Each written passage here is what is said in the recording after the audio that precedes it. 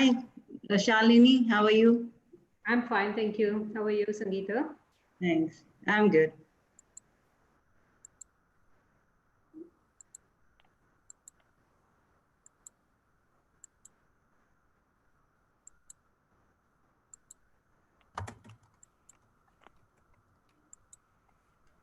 Okay, dear executive members, the YouTube live address is in the chat, so one of you please share to all.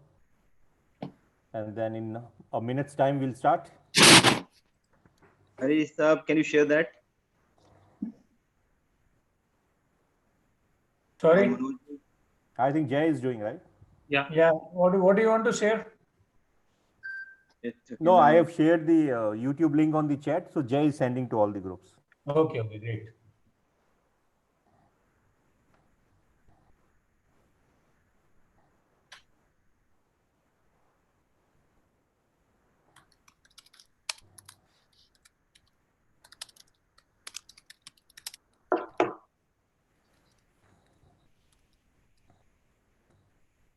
We have 92 participants, 93.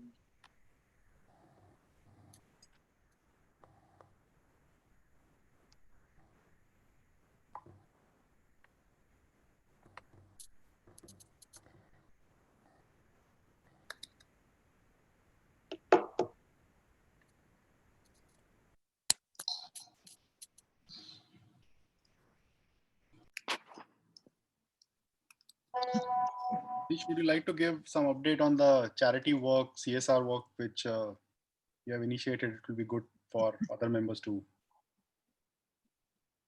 Yeah. So I think all the members know that we started a drive to collect some funds from the members, and members wholeheartedly have contributed in that. And earlier through the Indian Consulates initiative, we have done charity work of kind of like supplying the food kits or the cooked food or the people who are in need to support the what you can say isolation centers created by the consulate under their management. So we supported in that. More recently, we also supported one corporate organization who is in very big trouble because of certain happenings in the corporate world. So they have more than 2,000 employees who are just waiting that either that organization should revive or someone should take that organization and start the operations again, because they are not able to go home because they have a lot of indemnity at stake, plus obviously jobs are at stake. So they are just taking and hoping that really something should come very fast. So some of their marketing executives, they are reaching out to various organizations. They reached out to us as well. So we recently supplied 100 food kits so that each person can get one food kit and can at least have it for 20-25 days of grocery. So in association with them, we have supplied that, and they are very happy. They have given good comments, and they said, really, we have done a good job in the time when it's needed. So I think with that only, I think our theme of the today is also leadership during the time of crisis. So I think with that note, I think I'll request our secretary to start the proceedings.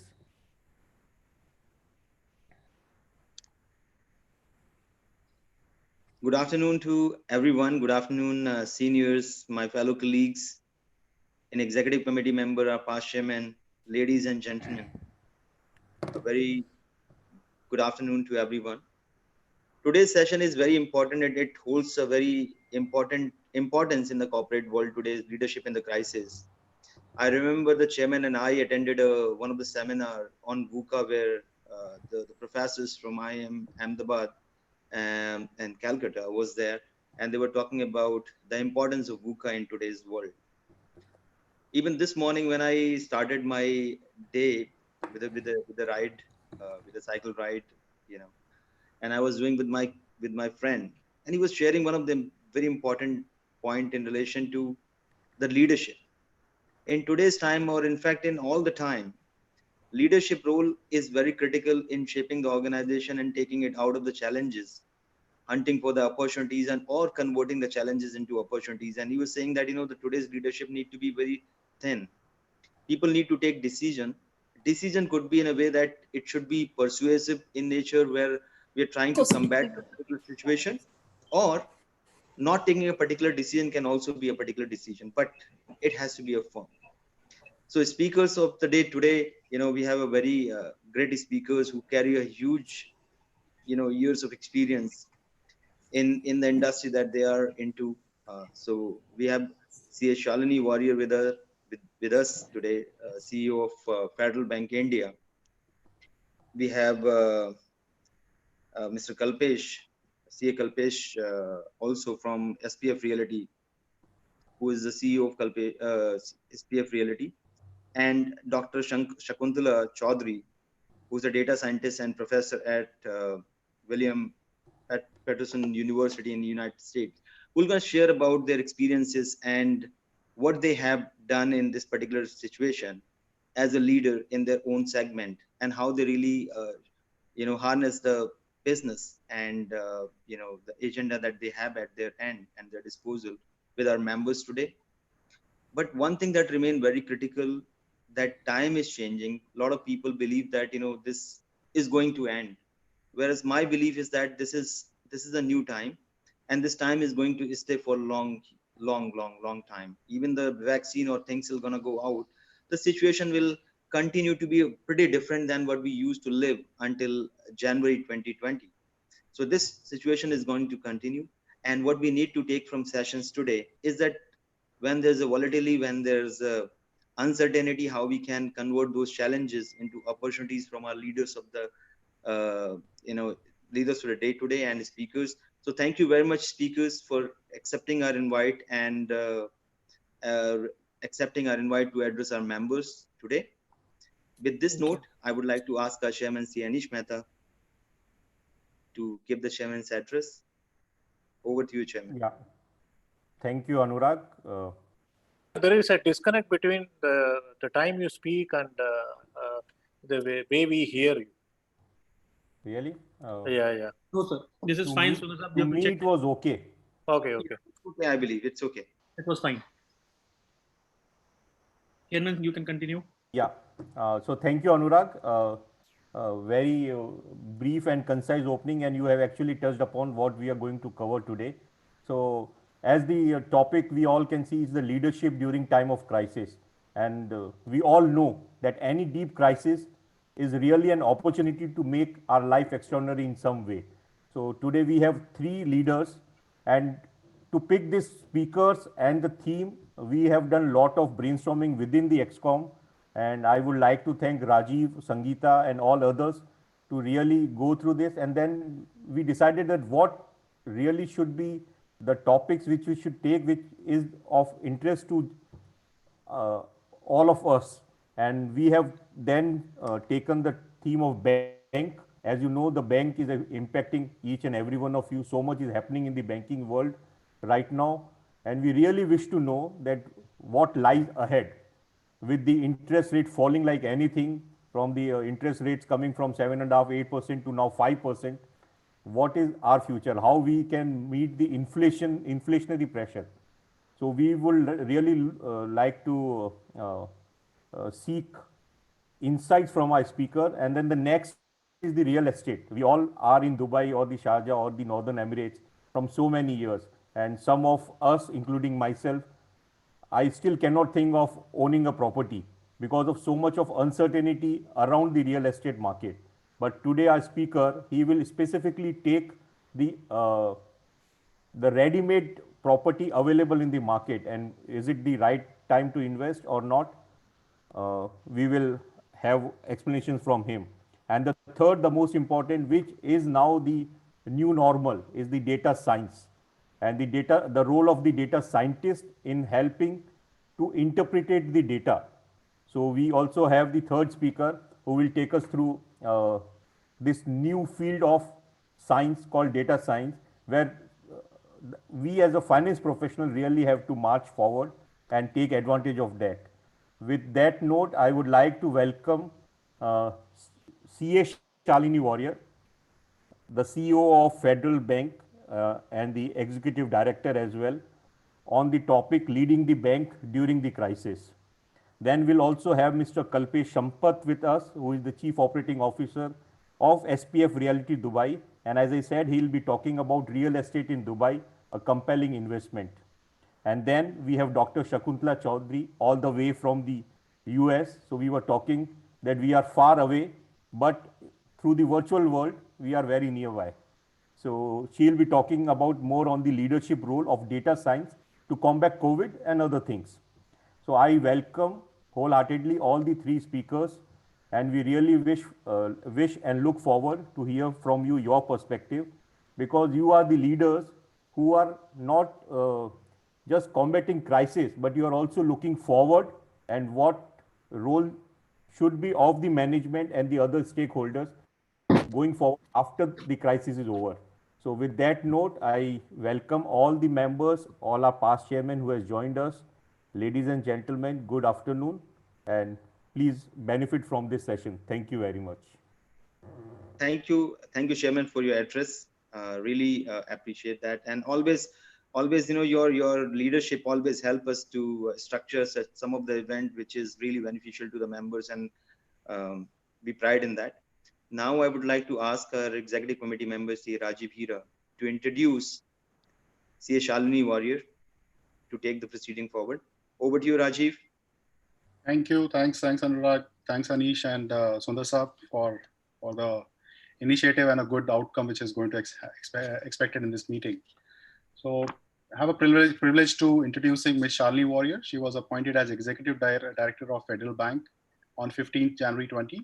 She joined the bank in November 2015 as a Chief Operating Officer, with her primary roles and responsibilities being operational excellence coupled with digital innovation.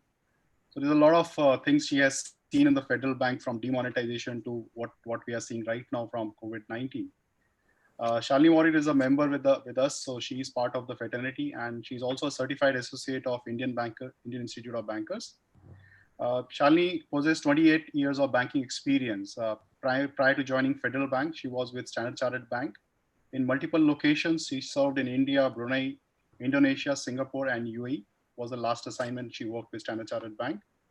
She brings first-hand global experience in the banking, in the branch banking, process management, service quality, customer experience, project management, operations technology, and so many things to talk about. And I'll not stop in mentioning that she has a complete experience on customer due diligence and anti-money laundering, which becomes a core forte in the banking industry as we talk right now. In her current role, she leads the banking initiatives on digitization and other technology platforms, which covers India and abroad.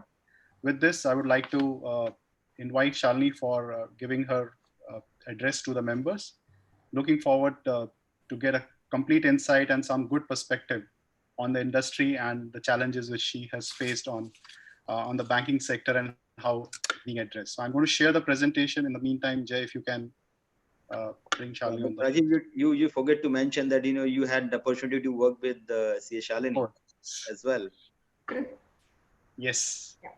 So I'm sharing the slides. Good to go, Rajiv. Is it visible? Yes. Yeah. Perfect. Good evening, everybody, and thank you very much, Anish, Anurag, and Rajiv, for those kind words. And thank you very much, actually, for inviting me for what is clearly a topic that is of extreme relevance to all of us. Leadership in terms of crisis, in times of crisis, navigating through volatility and uncertainty. First of all, when Rajiv reached out to me about a month or so back saying, would you be willing to do this session? I had no hesitation in saying yes, for two reasons. One, being a member of the Institute of Chartered Accountants of India, I do have a very high level of affinity, obviously, with this community. This is the closest that I think we chartered accountants can have in terms of an alumni association. I have friends who are MBAs, etc., and they talk about alumni association. But I go back to them very strongly, saying we have a live association. We never become alumni of it. We have a live, very active membership. So that was the first reason. And the second reason is obviously UAE, close to my heart in some form or the other, because I spent 5 years of my career there before I came back to India. I also would like to thank the fellow panelists. It's an interesting combination that the executive committee has put together. from banking to real estate to data sciences. And I'm sure the audience will appreciate that. Last but definitely not the least, thank the audience who have kind of dialed in into this virtual webinar. Today, I think there is increasingly webinar fatigue coming in into the into people's lives, and it's very refreshing to see such a large audience has dialed in that. Before I get into the topic, let me just give you a little bit of nuggets of information about Federal Bank. I'm not sure how many of you are familiar with Federal Bank, but I just thought it was appropriate to introduce that to you. Federal Bank is the leading private sector bank in India with a significant presence, over 1,250 branches, 1,800 ATMs, 1 crore, 10 million customers at this point of time. We are a full service bank from retail to business banking to commercial banking to corporate. We serve the entire range of customers across the country. We are quite advanced on our digital journey. A couple of examples of that. One, we were the first to launch a self-account opening using Aadhaar as the basis. So a Fedbook selfie is what we call it. And we do a fairly large number of accounts through that capability. The second, which may be of kind of relevance to people in the UAE, we are a very big player in the remittance business. About 16 to 17% of India's inbound remittances are actually processed by Federal Bank, completely digital in nature. We don't, it's not manual at all. And we use a combination of API banking, blockchains to process them. So for us, digital is a very big chunk of what we do in the business, and I will talk about that a little later in the slide. But on that note, let me just move to the core topic of today. If you can move on to the next slide, Rajiv. So I think most of you must be familiar with some of the headlines that you're seeing here. These are moments, defining moments in history. November 2016, the demonetization that happened, which shook the banking industry to a very large extent. The second one that you see on the left, the Kerala floods of August 2018, extremely relevant for Federal Bank because we are headquartered here in Kerala and some of the challenges we faced. And of course, the ongoing pandemic, which I think all of us can relate to, very global in nature. So you must be wondering why I bring up something like this from 2016 to 2018 to 2020. The point I really want to make is, crisis is something that one continually will have to face, whether it's localized in nature like the Kerala floods were, or more national in character like the demonetization was, or today what we're all facing, which is the more global nature of the crisis that we have. These are things that will kind of, govern our lives in some form and fashion going forward. And through the next 25, 30 minutes or so, what I'd like to do is focus on two parts of what I want to cover. One is what I think as leadership traits and characteristics that will help us to kind of work through some of these crises. I will intersperse that with some personal anecdotes that I hope you can relate to. The second part of it, I will speak a little bit about banking and some of the challenges from a banking perspective in this ongoing pandemic that we're facing. I'll keep this to about 25, 30 minutes because what I am keen on is to hear the questions that are there and see what I can answer from those questions. By nature, it is very common for all of us not to plan for a crisis. I think we always put it off saying it may not happen, why should we plan for it, etc. But as you can see when Martin Luther King said, the ultimate measure is not what you do in terms of comfort, it is what you do in, when challenges and controversies arise across us. So that's really what this whole thing is about, leadership in type of crisis. I think, it was mentioned that we need to talk about VUCA, volatility, uncertainty, complexity, ambiguity, terms that all of us are by now quite familiar with. There are reams of literature written about it, lots of courses on it. I think we should do kind of, now look for something different. For me personally, for example, something that we could say is probably RECA, resilience, empathy, creativity, attitude. Maybe that could be another kind of tenet of how we think. Rajiv, I'll let you know when you need to switch slides. Yeah, you can stay on the other one. Thank you. The other is a friend of mine recently actually said PICA, P-I-C-A, patience, intuition, communication, agility. So today there are lots of these topics around, and in a little while I'll introduce you to my own personal topic on acronym for leadership. The performance that one shows under stress is really how you can really measure a leader, how quick-witted you are, how quickly you can take a decision, or sometimes decide to say no to certain things is also important. And this is true for professionals like all of us, as well as entrepreneurs out here. It's not about really being liked. I don't think as a leader we are out here to kind of win an election. We've got to take the right decision by our stakeholders and live with those decisions. If you move on to the next slide, Rajiv. So there are certain technical attributes of leadership, whether it's problem solving skills, generally having knowledge, etc., strategic orientation, etc. These are honestly necessary, but not sufficient. None of us would be in the positions we are in if we didn't possess some of these technical attributes of leadership.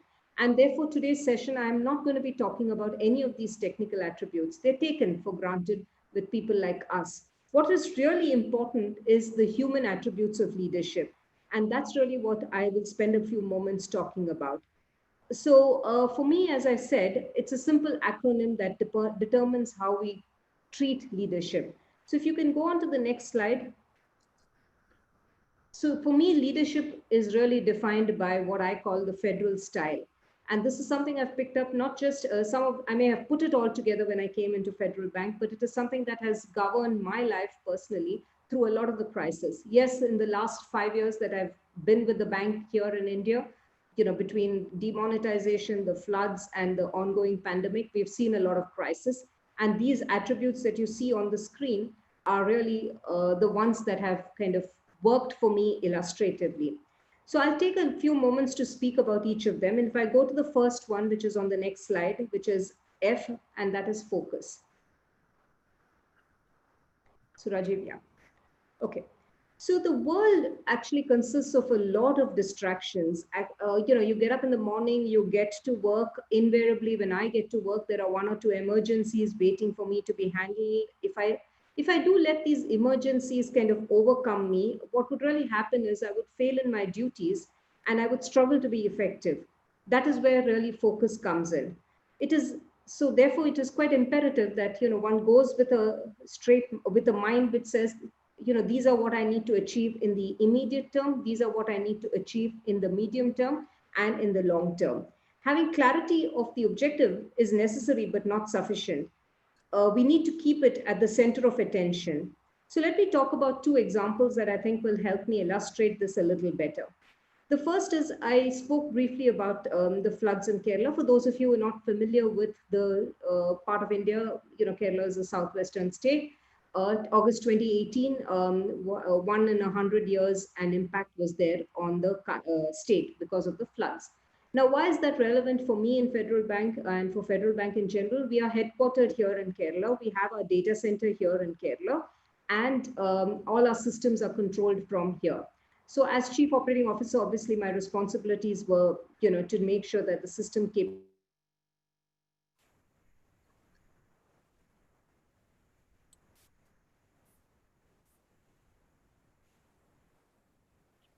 by the floods. We were personally impacted in that our houses got flooded, things were disrupted, etc. In the midst of all this, we had to make sure that our systems were running satisfactorily.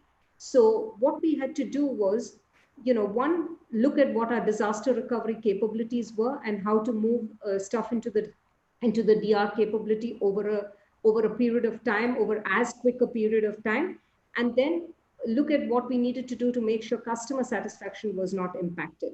So in the midst of all this personal drama that was going on for all of us with, floods, etc., what we really did was the team and I quickly mobilized ourselves and we wrote out a list of what were the most critical systems that needed to move from disaster to disaster recovery capability. Thankfully, because we had a little bit of advance warning, some of them had already been shifted, but we didn't have enough time for the others. And then we were relentless in focusing on it. Yes, there were distractions. Various people came asking us either to change priorities or to do something different, etc. But we stayed the course, stayed on focus, and ensured that we were in a position to be able to deliver that. So the core point that I'm trying to make on this is that distractions are galore. They will come. And as a true leader, one has to be confident about staying the course and ensure that the team is kept together with that. Otherwise, they would also get distracted. Which takes me to the second slide on energy and enthusiasm. And you can see what I've quoted out there from Ralph Emerson and Winston Churchill. The one by Winston Churchill actually is kind of more important. Rajiv? Just 1 minute. Yeah. So how does one go from failure to failure without loss of enthusiasm? And this is quite relevant today in the pandemic environment because every day brings with it its own set of frustrations. So change, anything that requires change, anything that requires transformation has an enormous amount of energy that needs to be invested in it. Many people actually fail not because they don't not because they're physically not able to deliver, but I think the mental agility and the energy is missing, and that is why people fail. So being able to tap into that energy reservoir when one is completely exhausted, even when things are not going your way, is what separates a leader from a manager. If you can kind of wake up every day and say, yes, I will make a difference today, it's going to make a big difference to the organization. The distinction over here that I need to keep in mind, which I try and ensure, is how do I ensure this consistent energy and enthusiasm? It's not about doing something today, but not doing it tomorrow. And that's where I have another example, which relates back to the demonetization. I think the date of 8th November 2016 will be etched in everybody's memory. If you were in India, I think it would be etched. If you were not in India, I'm still sure you would have heard enough about it. Now, if I was probably in a physical kind of environment, I would have asked for a show of hands as to what that date implied for people. Now that we're in a virtual world, I'm not asking for a virtual show of hands. But really, 8th November was, for those of you who are not familiar, the date on which the Honorable Prime Minister announced the demonetization of the currencies and kind of, made a big impact on the banking industry. What is really significant and why my example comes in is really, and this is a very personalized example from the banking environment here in India, as well as what we went through in Federal Bank. So just a month prior to 8th of November, Federal Bank had gone through a very large and massive system transformation.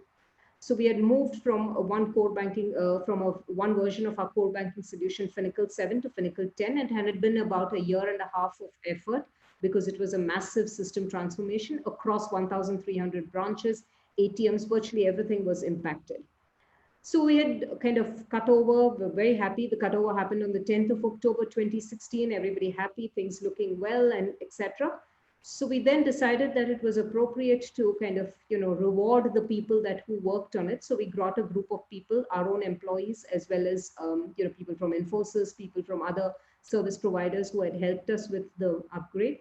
And we decided to host a dinner. And yes, you guessed it right, the dinner was on 8th November evening.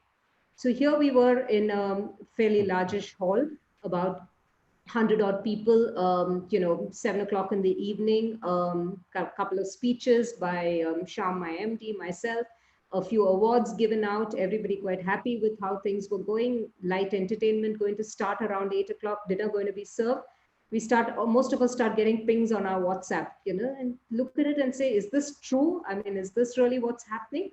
So you can just imagine the scenario. Here's a celebration going on, and here we get it.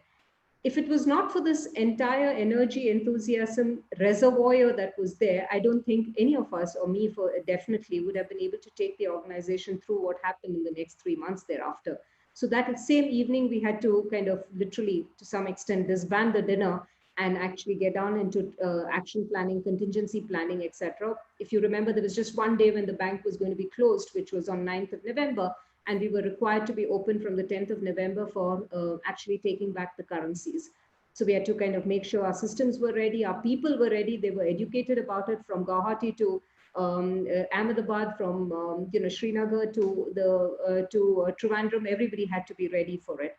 And this was, and me personally had to kind of make sure that I had to lead the team through a lot of changes on the system side, because literally every day rules were changing and we had to make. So that energy and enthusiasm, if it had dipped at any point in time, I'm sure the teams would have felt that and not been able to deliver on what was required. So if I move on to D, which is the next thing after energy and enthusiasm, in my view, the difference between good and great is actually discipline. Without discipline, I don't think we can achieve anything. This is not to mean that we should be robust. This is not to mean that we should only kind of, stay the course and not be ready for creativity, not be ready for intuition, not be ready for flexibility. Absolutely not.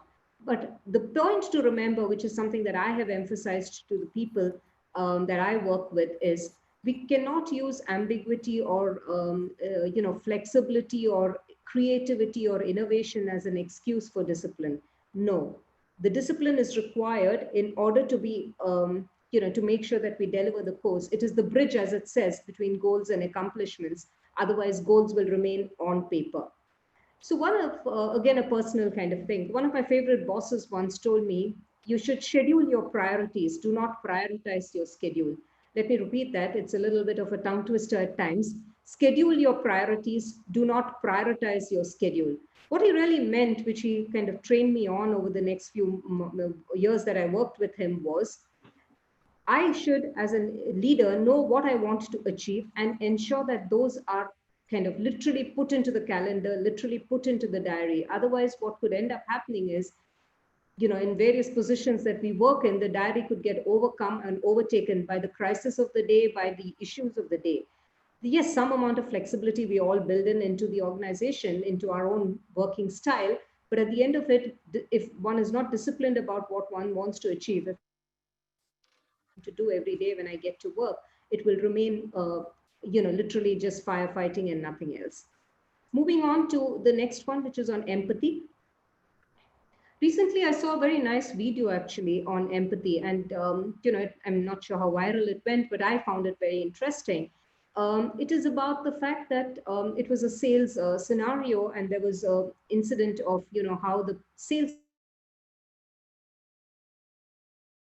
had oodles of empathy, and how he managed to do the sale. And the lady says at the end of it that competence is taken for granted. It's something we all need. So you need competence. However, empathy scores far higher than you should literally use empathy in as a priority over competence. The most effective managers, therefore, are people who show empathy in great times. Okay, let me kind of relate it to some of the stuff we're going through today on the pandemic. So as you know, there are various modes of lockdown that happen in India. Sometimes today is a lockdown, sometimes something else is there. But through all this, banks have to remain open. We are an essential service. We have to ensure that we remain open. And as a leader, therefore, I have to recognize the fact that it's not about just saying to my people, please come into work.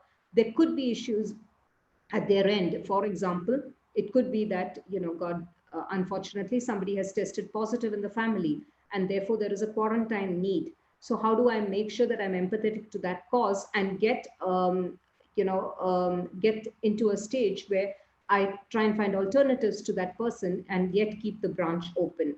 There have been instances in the last few months where we've had some of my colleagues and team members tested positive. It's a thing, and there are a set of rules that we have to do on through that, which means their fellow colleagues have to be tested, their fellow colleagues have to be sent on quarantine, while at the same time making sure we keep the branches open. So the ability to relate to people, the ability to connect with people and then inspire them to come into work the next day, to come into work, has been very, very important through this period.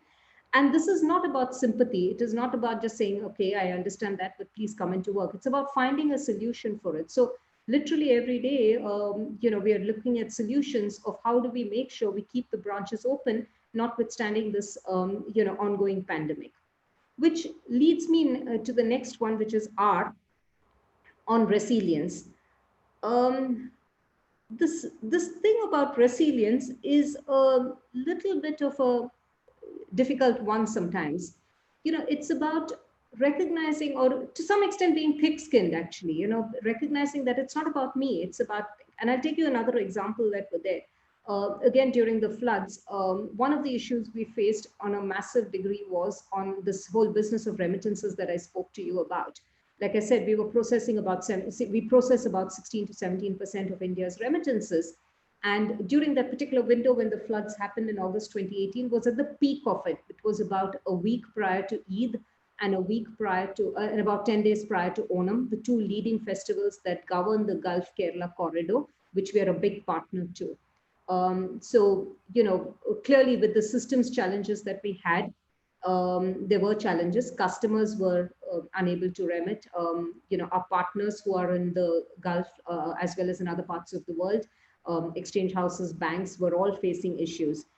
It did take us time, sorry, to get our remittance facility up and running. It did take us a little 3 or 4 days, and I did have a lot of concerns from customers as well as partners who came back, and they were upset, and rightly so. But if I had let that get to me, then I would have probably not been able to, me and my team would not have been able to do a good job, because today I can confidently state that how we overcame that crisis and helped us to build much better partnerships. Yes, it also helped us to build some more resilience on our systems, absolutely. But that was less important, and that's more technical than what we built in terms of partnerships and how we approached the business thereafter. In fact, since then, volumes have actually gone up, and things are looking much higher in terms of volumes now. So I had to recognize the fact that it was not about me as a person when somebody called me and said that, there is a challenge. It was about us trying to find solutions, and the resilience was absolutely imperative. And therefore, this brings me to the next attribute, which is on attitude. Actually, this one is probably a personal favorite of mine. It's a attribute of leadership that I've always held close to my heart. If you look at just all of you on the session today, I think it's your positive attitude that is, triggered off you coming in for the session to hear the speakers. So it's really about the right phase of mind. How do you approach things with the right mindset?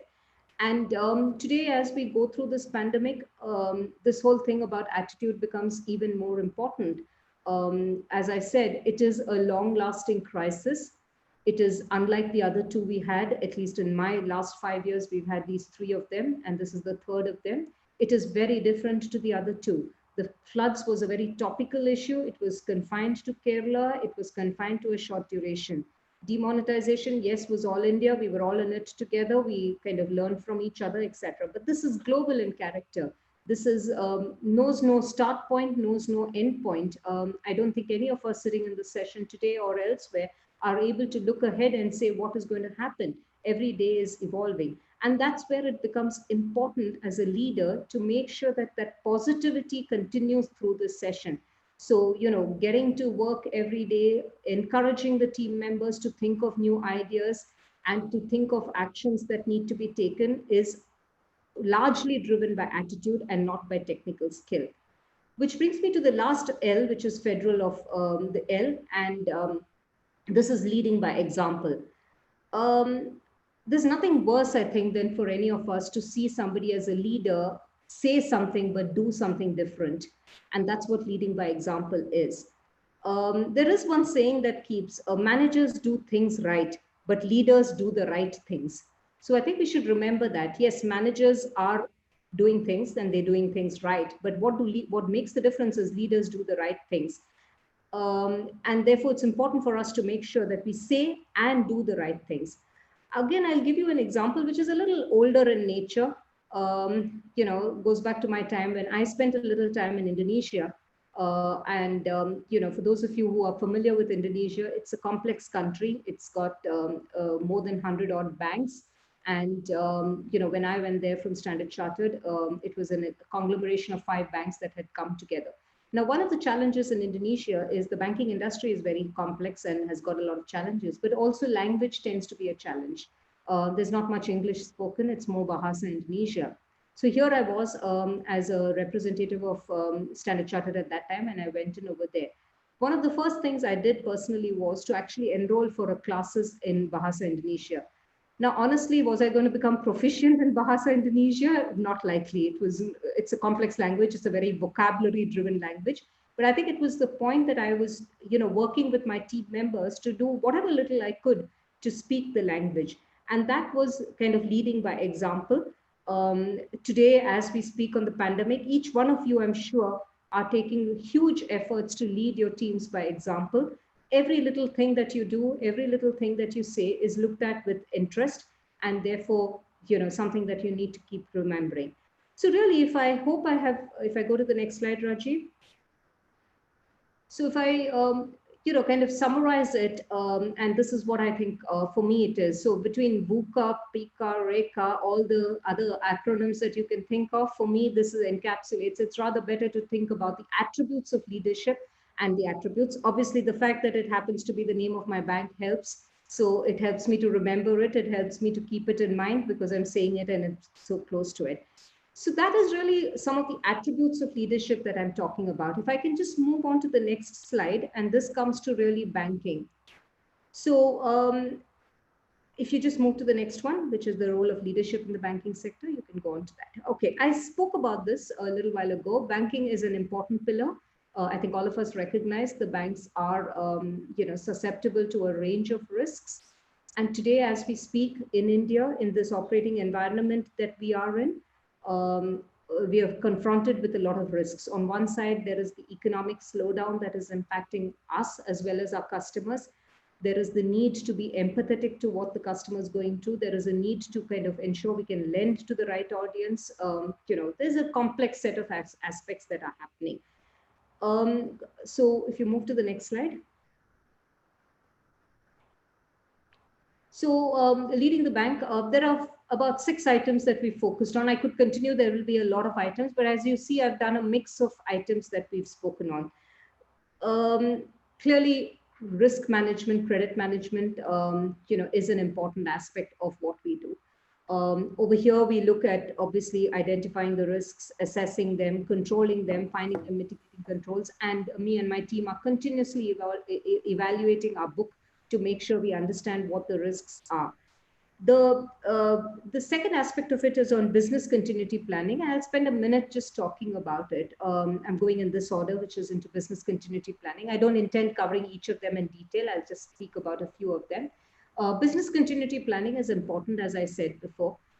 With these continual uncertainty on lockdowns, whether it is lockdown, not lockdown, I mean things like containment zones, non-containment zones, hotspots, non-hotspots, we literally have to get to a stage where we understand how to run the business, because there is business happening also. I mean, on an average, every day we still open 3,000 accounts, we process millions of electronic transfers, etc. So we've got to keep those businesses going because customers are able to do it. So I think, if you'd asked me this question in January or February of, how do you do work from home in the banking environment, I would have laughed it aside and said, no, it's not possible. That's very IT focused. That's very software focused. But we're happy to state that today, not just Federal Bank, but virtually all banks have adapted ourselves so quickly to this that we have, as of yesterday, for example, I had 80% of my operations team actually working from home, using obviously secure connectivity, etc. And that has only happened because of this crisis. I would have preferred to have them in the office, but we recognize that if we have to keep business continually on, we needed to. And honestly, I will be honest to say, none of this was actually written in any book. It was not written in our business continuity planning documents. Our business continuity planning documents are very robust. They always had capability that had to be switched to another site, etc. But work from home is something new for all of us, and we've been agile enough to recognize it. As I said, through the last 3.5, 4 months, my entire treasury team has actually been working out of home. And touch wood, we have not had any defaults on CRR, SLR, or any of those items. So business continuity planning and making sure we're agile enough for that is important. I've spoken about things like team spirit, SOPs. I'll talk a little bit about the last one, which is on digitization. And that's really important for us. The pandemic has obviously accelerated some of the digital technologies that we've had. Prior to the pandemic, we had only about 70% of our corporates using our capability for digital. Today, as we speak, it's upward of 80%. Retail individuals like you and me have been very digitized earlier, and now today it's about 95% is completely done digital. Very little that the branch needs to come in for. Having said that, for us, it was not so much just about digitization. We actually, the philosophy that Federal Bank has is digital at the fore, human at the core. I'll just repeat that: digital at the fore, human at the core. What it really means is we have to make sure we have all the digital technologies on hand. We are able to provide everything from mobile to internet to UPI to all that capabilities, absolutely. But at the end of it, we recognize that a customer has a human element to himself, and we need to provide that human interface. So I'll give you one example of what that denotes. While we're focusing on digitization, while we're making sure customers don't need to come to the branch, we recognize there are instances when customers still have to come to the branch. It could be for advisory service on wealth management. It could be for taking something to do with insurance, or it could be for some of our SME customers. The government has announced a working capital enhancement. They need to come in to complete some documents, etc. So what we did was, sometime in June, we actually launched a new capability called Fed Swagat. What that does is it allows customers to actually book an appointment before they come to the branch. So you can go onto the capability on the website, choose the branch you want to go to, the time then you want, and it gives you an appointment. And therefore, you can come to the branch at the time close to the appointment, 5 minutes before the appointment. The reason we had to do this was the standard operating procedures of the government say that not more than 5 people should be in the branch at any point in time, and we have controls around that. So if the 6th person comes, he or she has to wait outside and can only be let in when somebody comes out. So we worked this around in such a way that we put these appointments in place so that a large chunk of our customers could come closer to the appointment and therefore come in. Now, somebody might tell me, but it's a digital age. Why are you asking for a capability on appointments? But that's where the human element comes in. If I was being very hard-nosed about it, I would have said, tough luck, wait outside. It's raining, can't do anything about it, kind of stuff. But the human element comes to the fore. And today we do 500, 600 appointments are normal on that application every day. So that's really what the pandemic has brought about. A lot of financial implications on risk, credit management, but a lot of stuff on the softer elements of human management and leadership, which then kind of brings me to the last one. So I think I started with that. Leadership is all about functioning in a crisis. Traversing through these days of the pandemic are not going to be easy. It is about being able to be focused, disciplined, leading by example. All of it comes to the fore. This is probably not going to be the last of the crisis that any of us see. I mean, some of the people in the audience are obviously much younger than I am, and I'm sure they have a long career ahead of them. Who knows what the next crisis will be about? But I think the true tenets of leadership will stay through us. We have to just, make sure we live the course and kind of stay true to the course. So on that note, I'll end at this point in time. And thank you very much for your time and attention. I'm happy to take any questions. Just stop the presentation. Thank you very much, Shalini. There were amazing comments coming up on the chat box. People like your interactive thing. So I think that's a comment from Shalini. So that let me give a comments on that. Shalini, one question before the audience can raise their hand. You can raise their hand on the screen so that we can pick up for a question. One question from my side, Shalini, there are a lot of things happening in the banking side. As you rightly pointed out, there are a lot of challenges which are coming in. There are new innovations which are happening. Digitalization is going completely into a very sea change. And moreover, COVID has accelerated a lot of efforts. How you get time to one, first is structure. That means strategize how things need to be done and also execute, because your role is completely as a chief operating officer. You need to make sure that business also is running and you keep innovating also. So maybe some tips from your side will help everyone. Thanks, Rajiv, for that question. You're right. There's so much change happening that sometimes, it's kind of mind-boggling, and there's so much too. So I think I'll come back to some of the stuff that I spoke about. One is obviously focus. There are times when I have to say no to a lot of things, which I make sure I do. So I, personally for me, focus and then coupled with discipline has been helped. But I will expand that to say that, to be fair, we have a strong team, that team has also helped. So what we did was, at the beginning of the pandemic, we had no clue how long this will last. So we said, let's work through what our key priorities are. And the example I gave you of Fed Swagat came out from that. We said, Once the lockdown is over, there will be need for customers to come to the branch. How do we control social distancing? We're in the throes of opening up a couple of more capabilities in the next 2 weeks. One is a video connect capability in a secure environment for customers, and another is video KYC. So to come back to your broader point, the only way this can be done is through focus and discipline, in my view. We started off by listing out everything and making sure we stayed the course on that. There were lots of distractions. We had to say no to a lot of things, but we stayed the course and, with focus and discipline. It calls for a lot of effort,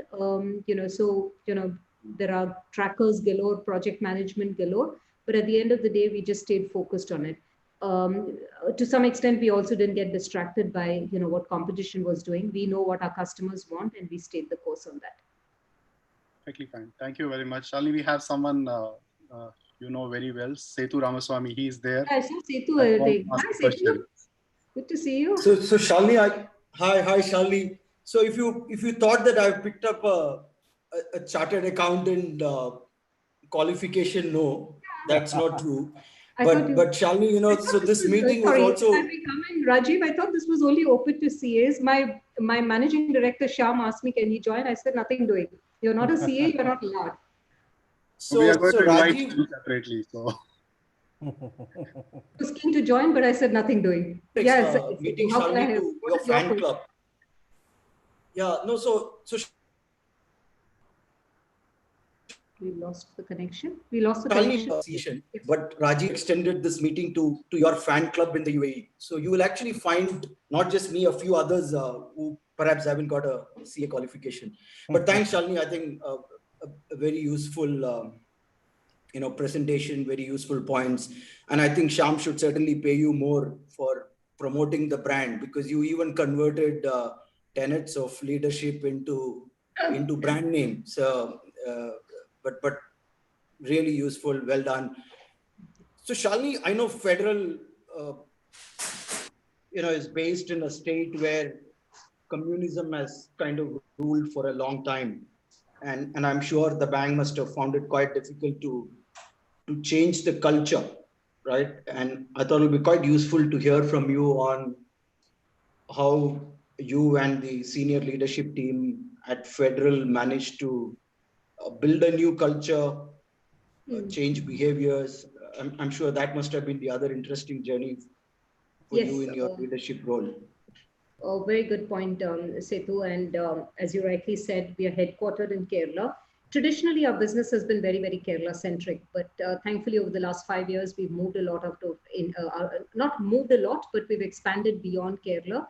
So today, from a cultural perspective, the average age of our workforce is down to about 35, 36. 60% of the business and 60% of the workforce is actually outside Kerala. So to some extent, we've de-risked ourselves by becoming much more national in character. We've moved a lot of our functions to Mumbai, not for any reason, but that's the financial capital. That's where a lot of the action happens. So that was one set of actions we took on the strategic front to de-risk ourselves.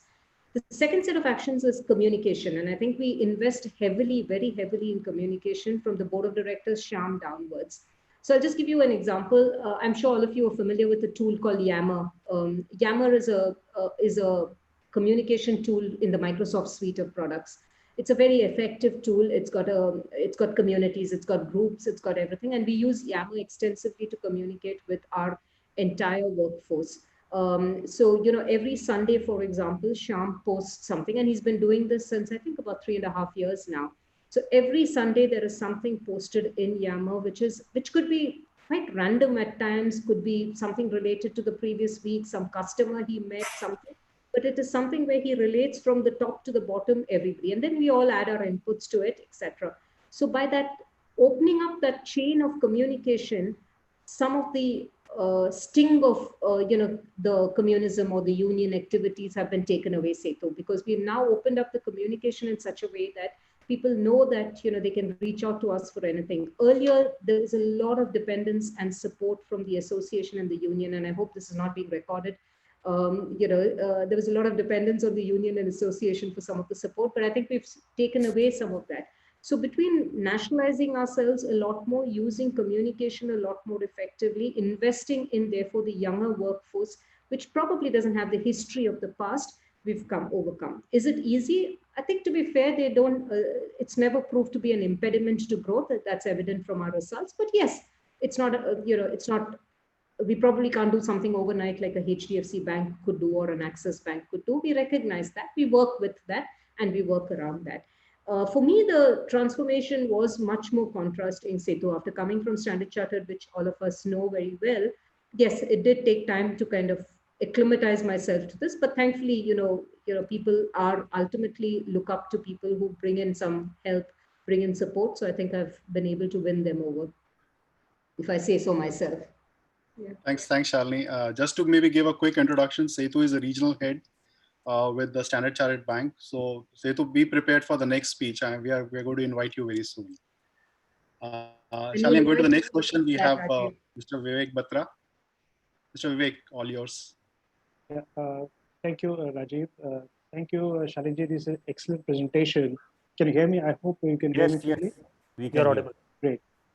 Yeah, I think just at the backdrop of the pandemic and the resulting changes which are taking place, so much uncertainty which is around the business in terms of what the demand would look like. So what has changed for the bank in terms of these credit policies, in terms of how to make it, how they're able to respond to a business in times of where the risk of failure is so high, but at the same time, there's a lot of pressure from the government as well, also from the industry, and that these additional funds should reach the businesses most affected, and so that they can ensure the economy keeps moving. So how do you respond to that as a banker? Thanks for that. So I think you're right. The pressure in terms of business growth on the asset side is high, and I'll kind of split it into parts. The first is the existing portfolio itself.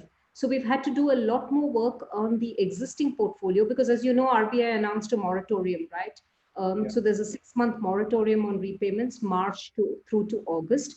So, that has kind of brought in a level of standstill to the asset base in that sense. We are not able to, as an organization, we're not able to predict what the, normally you're reasonably good in terms of predicting what your delinquency rates will be, how much will be 30 DPD, 60 DPD, but today it's all on a standstill. So first, we've done a lot of analytics around that.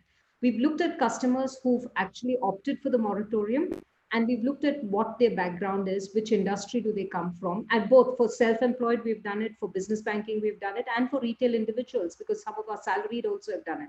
So we've kind of invested a lot more in terms of understanding their profile, understanding them, and we've mapped them on a 2x2 matrix, or rather 2-scale matrix, which shows us very clearly that how exactly which industry has been impacted, and do they belong to that industry, how much of that industry is impacted. So we've done a lot of work around the existing customer base, and using that, we've predicted what our future probability of default will be, PD will be, and what our LGD, which is loss given default, will be. And completely new models had to be developed by our credit analytics team.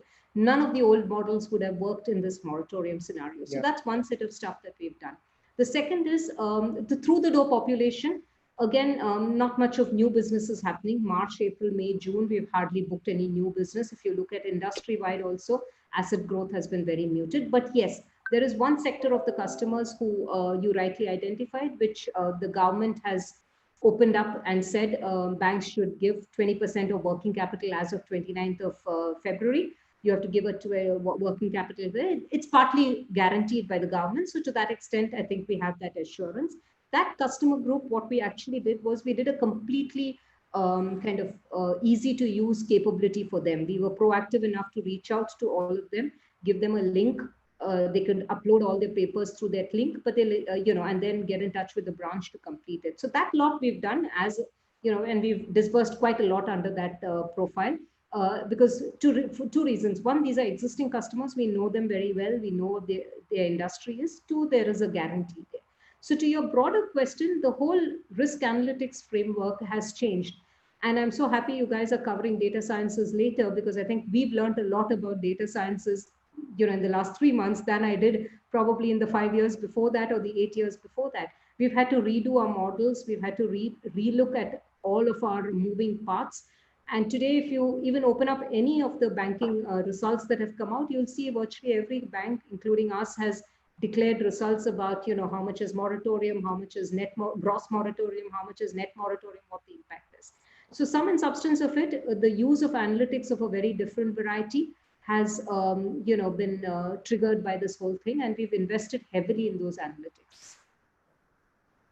Thank you for the detailed response. The reason I raised this subject is because I have a little bit connection also with my brother being based in the US. So what I've seen is that the response from that country was in terms of how the aid, or which was financial package which was announced, has really reached the people who really need it, or has been kind of that's the message we also hear a lot from our colleagues, my friends in the industry, in the profession, in terms of whether that's so. How does the bank ensure that? How does take that into account, whether the funds are being really being utilized or being dispersed to the needy businesses, who, especially in the SME sector, which is the backbone of the economy anyways.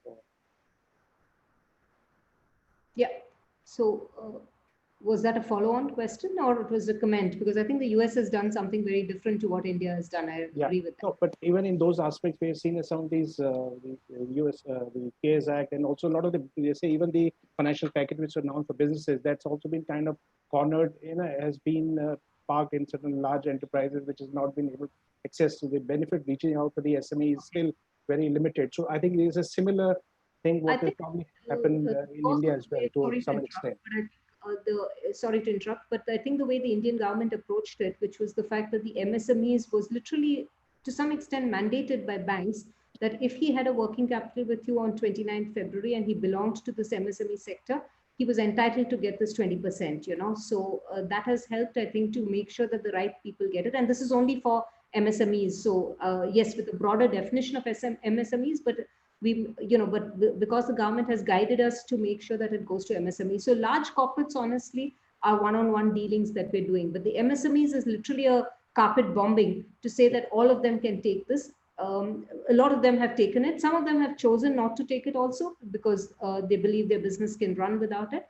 But at least they have it in them. They can take it anytime before 31st October. So it's not like they need to take it overnight. So that has ensured that it goes to the lowest level. Yeah. Yeah, one quick comment. In US, when you talk about the pandemic, package, they do look at zip code level data. If you're in an urban, in a high scale zip code, you don't qualify. There are a lot of grants, and it makes sure it goes to the, metropolitan statistical area businesses there that really need it first. At the beginning, there was some problem. It went to big institutions like Harvard, MIT, and Trump asked them to return the money. Yeah. Now it's distributed accordingly. So they look at demographic, geographic, psychographic, all kind of, predictors to give the package out. Thank you. Great. Thank you. Yeah. Yes, sir. Yeah. Go ahead. Happy afternoon, Shalini. Thank you so much. It was an awesome presentation and also very valuable inputs. One of the things that we wanted to understand was that in these kind of unprecedented, challenging times, all leaders are subject to a lot of anxiety, panic, confusion, and that all leads to a lot of stress. Particularly, you really need to protect your profit and loss account, and then you also have to manage the headcount, and you have got to strike a balance between that, and it creates a lot of stress. How do you suggest that the leaders manage that as well? It's a very relevant area to explore. You're right. There are a lot of challenges, and I think there is no one silver bullet. Let me be honest about that. I don't think there is anybody can tell you this is the answer to it. I would be quite impressed if somebody did that. But I think there are a couple of things that I think that, in my view, would work. One is, and we do this with our MSMEs actually in more than anybody else, not the large corporates. We actually sit down with our small and medium enterprise customers, and we help them to project scenario planning for the future. So I'm talking about the technical aspects first, and then I'll come to some of the more human aspects. So the first thing we do with our customers is, for the bank, we've done it, which is all right. A bank kind of, is a different institution, right? So I'm talking more for what we've done with our customers. With our customers, we've sat them down and done a fair amount of scenario planning, which says, What will happen if this crisis is, ends to some extent by September and the economy starts resurrecting from October onwards? It will take about 6 months after that. So you do a scenario planning. What if this goes up till March of 2021 and happens after that? So we've done three things. We've guided them to do three. An immediate likelihood, which is September 2020, March 2021, or September 2021. So based on that, we've projected for them what their cash flows are looking like, what their P&L will look like, and therefore what their, how much of reserves do they have, and if they have any at all, and therefore what should be their lending needs, what should they. So a lot of financial advice around that, because honestly, there's no one scenario that will play out. I think every day we'll have to wait and watch to see which scenario is likely to play out. So a three-stage scenario planning, we've done it internally for ourselves in the bank, obviously, but we're guiding our customers to do it, to say, think about the fact that this will last till September, till March, or till September of next year, and therefore what the implications are for you as a business. And that implication is different. So the hospitality industry is going to be very different from my neighborhood grocer shop. My neighborhood grocer shop is still able to sell something, but but a restaurant is closed, a hotel is closed. So we've done a fair level of scenario planning from that standpoint. The second is we've encouraged wherever required and feasible to take advantage of all the government interventions. So like the moratorium, like the 20% capital, 20% lending facility, and a range of other things that the government has announced. We've sat with them and done that. And then, so those have been really more on the technical side. Yes, it has been a little bit of wait and watch for them also, because we really can't say how this will play out. On the softer elements, the one thing that we've really sat them down with is, to be fair, they have to be a little hard-nosed, for lack of a better term, about costs. We have no choice about it, I think. We have no choice in the bank. We are taking measures on costs, so are our customers. So yes, we have had to have difficult conversations, but yes, some people have to be let go, at least temporarily, or they start with saying, we'll have you on the payroll, but a cut in salary, we'll keep you for some time. And what has helped in those instances has been communication. So we've made it kind of as open as possible from a communication standpoint, because everybody is in it together. I don't think any one industry or any one person is kind of I think everybody is in it industry. So between hard-nosed about costs and communicating about it, a mix and match approach has been what we've taken with customers. In the bank internally, we've had to do the same set of things. While we haven't had to let go of people, and that's because we obviously have a running business and we're keeping our branches open, etc. We have some, but yes, we've seen an impact on revenue. We are likely to see an impact on delinquency when the moratorium is lifted. So we've become tight-built about our costs. We've cut down on costs. We've done a lot of work, but we've communicated. As an example, variable incentives were quite low this year for everybody in the banking industry and in our bank, but we've communicated that, and people have said, okay, may not like it, but at least you have to be open about it. So it's no one answer, Ravi, if I can call you that. There's no one answer. It's got to be a mix and match approach. Thank you. Shalini, we have the second last question from Matthew. Matthew, please carry on. Okay, thank you, Jaiprakash. Thank you for giving me, Rajiv, for this opportunity to ask this question. Shalini, thank you very much on your thoughts on leadership. My question is not on leadership per se, but just want to know and get from you an understanding of how the banking industry will pan out after the the pandemic scenario, right? And really happy to see that a homegrown brand like Federal Bank has come out and has become a pan-India bank, in terms of the services, the levels have really, really gone up, so happy to see that, especially for me. I'm coming from Kerala. I've been associated with the banking industry for quite some time. Good to know that you are also, that I'm also an alumni of Stan Chart, currently working with Citi. So just want to get your views. What would be the banking industry, the scene, the post the pandemic, would we see mergers? Obviously, yes, the government is looking at consolidation. On the private banking space, what do you see over there? Yeah. So I think if you put it into kind of three categories of banks that are operating in India, one are the public sector banks. I'll leave State Bank of India out for the moment because I think it's a monolith in itself and, is got to be an industry by itself. But if you look at the other public sector banks, already there is some amount of mergers that have happened, as you know. Some consolidation has already happened, but it's pretty clear that a couple of things are likely to happen over the next 12 to 18 months. One, some more consolidation in the public sector space, and in my view, some privatization also. There are some jewels over there, which I'm sure the government will be keen to look at some level of privatization. So on the public sector banks, I think, having said that, there will be a need for capital infusion. That's pretty clear, because once the moratorium is over, that's when the NPA position becomes there. On the in the private sector, I'll split it again into two subparts. The new generation private sector banks, as we call them, the HDFCs, ICICIs, Axis, Kotaks, IndusInds, etc. of the world, and what we call the old generation private sector bank. It's an RBI definition, which is the older generation, which is banks like Federal Bank, CSB, Dhanlakshmi, Karur Vaishya, Lakshmi Vilas.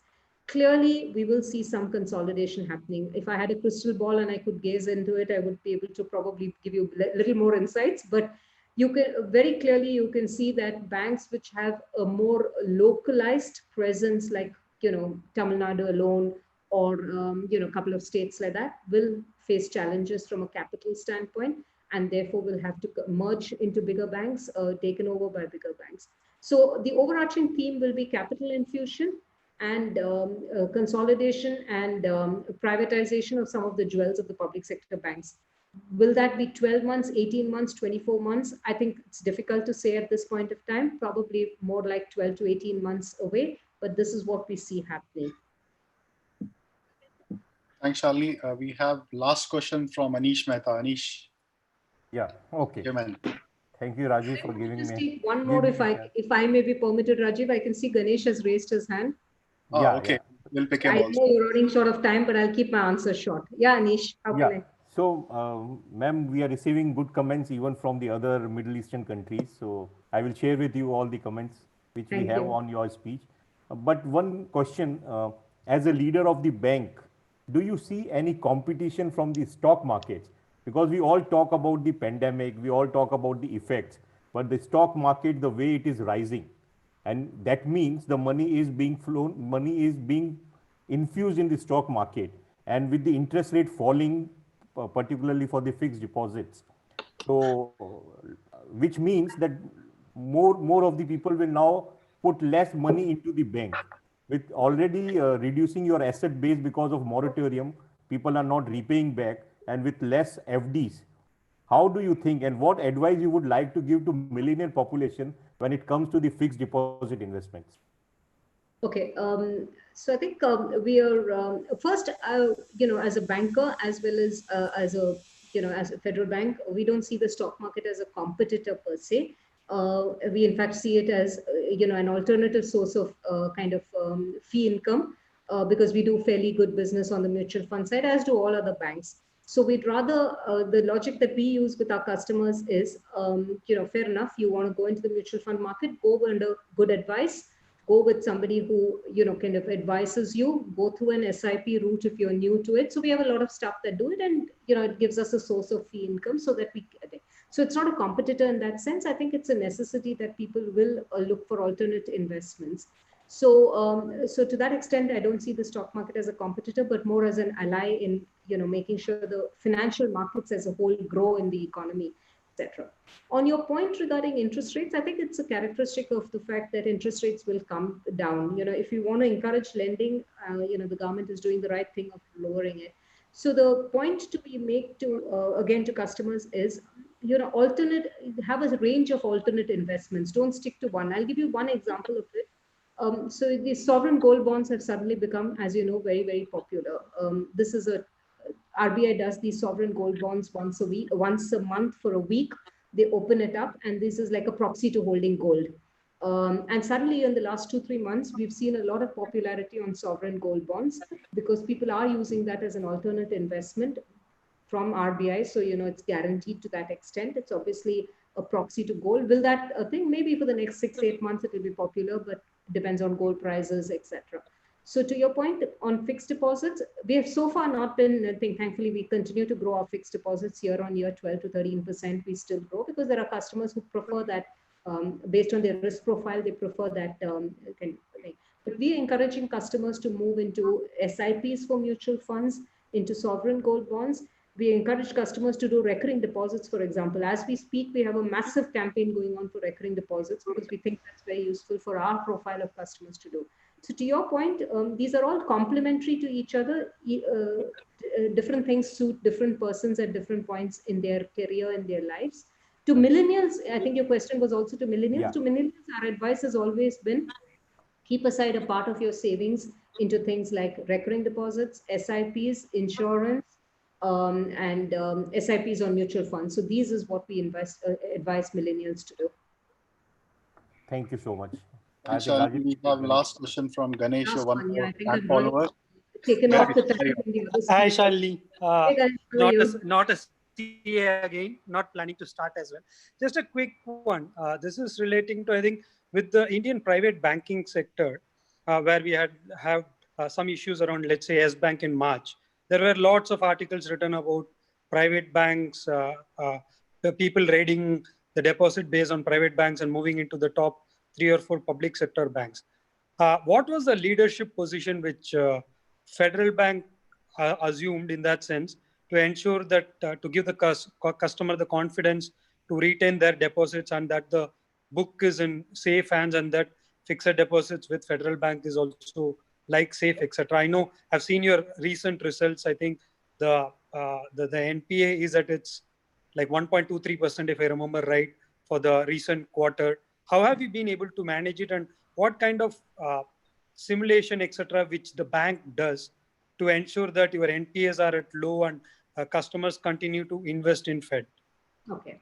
So I think there were 2 parts to what you were asking, Ganesh. You're right. When the Yes Bank issue happened, there was some, I think there was one video in particular that went viral about about private sector banks, etc., not being safe, etc. But to be fair, we didn't have to do too much work ourselves on it, because from the governor of RBI to the chief economic advisor to everybody came out and said, this is all rubbish and it's not something you need to worry about. So what we did for customers of ours is obviously we had a communication strategy. We approached customers who had concerns, our high net worth customers otherwise on a reactive basis we gave them. And the proof of the pudding is actually in the eating, as they say, because that quarter, which is March ended quarter and June ended quarter, our year-on-year growth has been in the region of, in fact, our savings accounts have registered the record high of about 17-18% year-on-year growth, and in NR in particular saw a very good increase. So I think to some extent, customers are also conscious of the fact that some of these things don't have to be believed. And I think a bank like us, for example, which has had 75 years of history, has a capital adequacy ratio in excess of what is required by regulation, has a low NPA.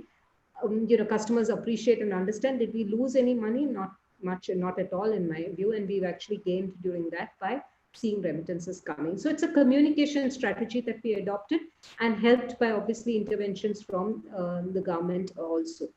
Your other point on I think NPAs, etc. I think we've covered it a little bit in the first answer I gave. The use of analytics has now, kind of mind-bogglingly high, and analytics of a very different kind. It's no longer the same kind of analytics. We've had to run analytics of different kinds on customers because we are on a standstill from an asset classification standpoint, as you know, by RBI norms. From March till August, we are on a standstill, which means we don't age any customer if they don't pay. So, because of that, we've had to do a forward-looking projection of a much higher magnitude using analytics. So, so that, when they become, so that we map their industry, their profile, etc., and we know what the likely delinquency is. We've also done a lot of calling with customers, for example, from Federal Bank itself, to tell them that if you can afford it, please don't take the moratorium. It's not in your interest to take the moratorium. You will have to pay interest. Your loan tenor will increase. So we actually called, and customers have, I think in the heat of the moment, a lot of them may have just taken the moratorium, but now that things are a little more stable.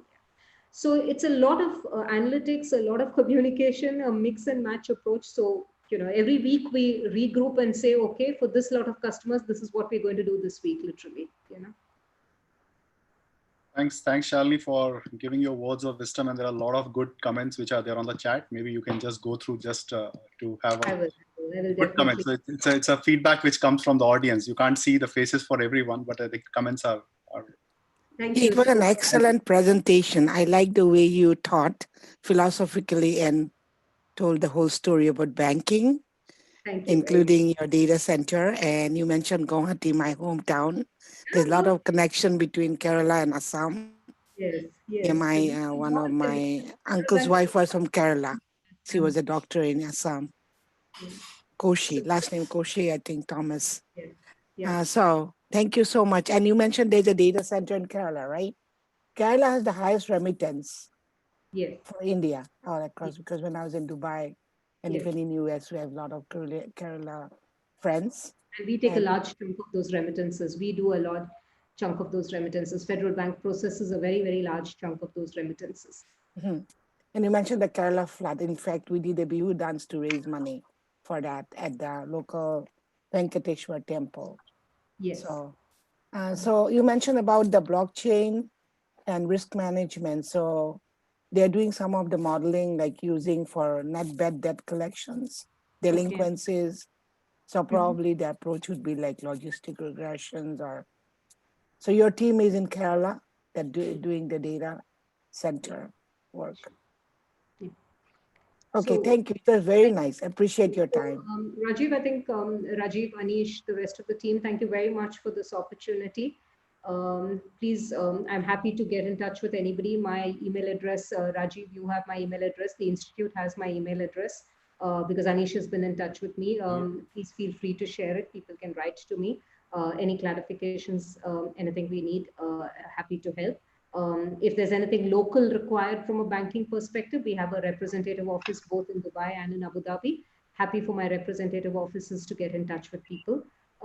If there's anything that I can help from a banking perspective, happy to do that. Yeah. Ma'am, when can you expand into the North India? Member Federal Bank. Thank you. When you can expand to North India? No, I mean. We have branches in North India. I'll take it with you offline, Anish. Yeah. Okay. Fine. Before she goes off, we have to share. Before she goes off, I'll stay for some more time. I'm just going to go on mute. Yeah. No, yeah, I mean, but we just want to felicitate you. Wow. Okay, that's nice. Thank you for taking out time and sharing the knowledge with us. Virtual world, the virtual certificate we are giving to you. Thank you. You can say it's a very nice certificate. Thank you very much. Yeah. Thank you. Thank you so much. Over to you, Anurag.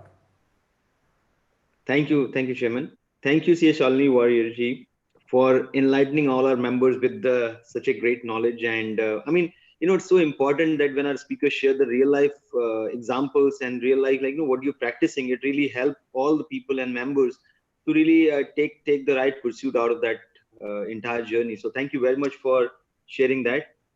Now it's time for us to hear on the real estate.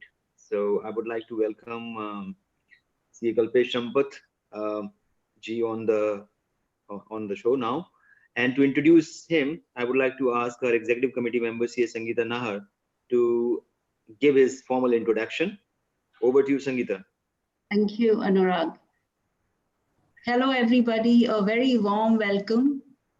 It's indeed my pleasure to introduce a leader who's made up of many parts. He's a successful CA who left his cozy job at the height of his career to follow a new opportunity outside his comfort zone, entered the real estate market in its infancy, rode the upward tide and weathered and survived it and bottomed. And when it bottomed, he emerged successful. I contacted Kalpesh ji way back in May, and what struck me was his humility, efficiency, and his total professionalism in spite of everything that he handles. He is a COO, SPF Realty since 2006. SPF emerged from the 2008 recession as one of the biggest multi-award winning real estate agencies in Dubai, a major factor that led to its 2-year collaboration with Gulf Sotheby's International Realty in 2017. Kalpesh has a comprehensive understanding of Dubai realty landscape and is consistently asked to speak at conferences worldwide on why Dubai is such a compelling destination for property investment. Apart from a CA, he also has a law degree. Prior to his real estate career, he worked for Schlumberger, the world's largest oilfield services company, from 1991 to 2005 in finance, and later IT ERP with assignments in Dubai, Jakarta, Singapore, and Paris. Kalpesh ji, welcome very much, and over to you. Sangeeta ji, for such an eloquent introduction. If I'm not audible or if I'm going too fast, please do kindly stop me. You're audible. I'm going to dive right into it and address a few aspects of Dubai real estate. And at the end of the session, obviously, I'll be happy to answer any questions or comments that participants have. We believe that Dubai is ideally positioned in terms of attracting people, businesses, foreign direct investment for several reasons. But one of the main factors is that it's a far less densely populated city. It has far more availability of townhouses, villas, bungalows, rather than just apartments or high rises and mid rises. In the current environment and going forward, we've seen already research showing that more and more buyers are looking to have, if it's affordable, to have an independent space, a bungalow, a villa, or townhouse, rather than going into an high-rise apartment complex. We've also seen that in the last 3 months, the way Dubai and UAE handled the response to COVID, WHO ranked UAE number 3 in the world. And it's simply because they followed the science, just like countries like New Zealand, South Korea, Hong Kong. We took steps quite early on. There was non-invasive thermal screening at the airports in early March. Non-essential flights were stopped in end of February. Masks were and are still mandatory. It does not become a political issue or any other issue of right or freedom in terms of wearing masks. It's a mandate. You have to wear it. You are protecting the other person. Anyway, with all due respect to other countries' policies, I'm just saying the pluses that we saw. And on several occasions, Jim Cramer has mentioned Emirates Airlines on CNBC as being a benchmark in terms of the airline industry for their protocols as flights resume in a slow and gradual manner. So we can also see past and current examples of confidence in Dubai and UAE by global multinationals. You had Uber acquire Careem for $3 billion a few years ago. More recently, Brookfields invested $5 billion with Dubai Holdings. The development, Brookfields development, ICT Tower in DIFC is only for lease. It's not for sale, which means it's a long-term investment and commitment they have to the city and the country. And Tesla has been offered by the Dubai government all cooperation in terms of their autonomous vehicle testing. If you go back 10 years, Schlumberger, who I worked for 15 years, as Sangeeta said, relocated their global finance headquarters from London to Dubai. So having given you a little bit of the background, I will now shift to the specific advantages that have been showcased in the presentation. If you can see the document. There is actually, no, there is. Maybe I should ask you to share the screen. 1 second. You can go ahead. You have to share your screen. Sure.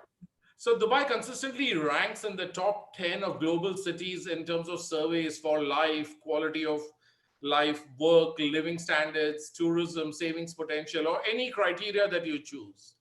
I think it's probably ranked number 2 or 3 in the world in terms of individual safety, in the top 5 in terms of geopolitical security. It may be in the middle of the Middle East, but since the 1991, when I first came here, I've never seen an incident relating to geopolitical issues. All around the neighboring countries, there are issues, but we've never seen one in UAE or in Dubai. Specifically coming to property, there are designated areas in the law and in RERA's guidelines where the ownership is 100% freehold. So this is for more or less everything which is known as being Dubai's real estate market. But there are certain pockets like Bar Dubai, where I live, or Dera. These are some of the older parts of Dubai. and they are not open for freehold ownership to expatriates. These areas are only allowed to be owned by a GCC national or a UAE local. So just wanted to clarify this, because sometimes if a expatriate is looking to buy, he needs to be sure that he's looking at a freehold area. It should be Dubai Marina, Arabian Ranches, Springs, Dubai Hills, Emirates living the entire area, covering Emirates Hills, Meadows, Hatan, Palm, JLT. There are various, and it's common knowledge for any professional real estate agency to know and to be able to tell you, or for you to Google it. But you need to make sure you are buying something which is freehold. You have Dubai Silicon versus DSO, which is 99 years. Kalpesh, just to stop you for a minute, will you be sharing a presentation, because we are not able to see any presentation on the screen? Sangeeta, are you able to share it, or do I need to? You will need to share it. I'm not sure that I can right now. Why don't I do this? I'll go through the points. At the bottom, there is a green button arrow. Okay, hold on. That you said share your screen. Yes. Oh, sorry. Okay. And then you can share it if you click on the green arrow. That's correct. All right. Are you able to see it now?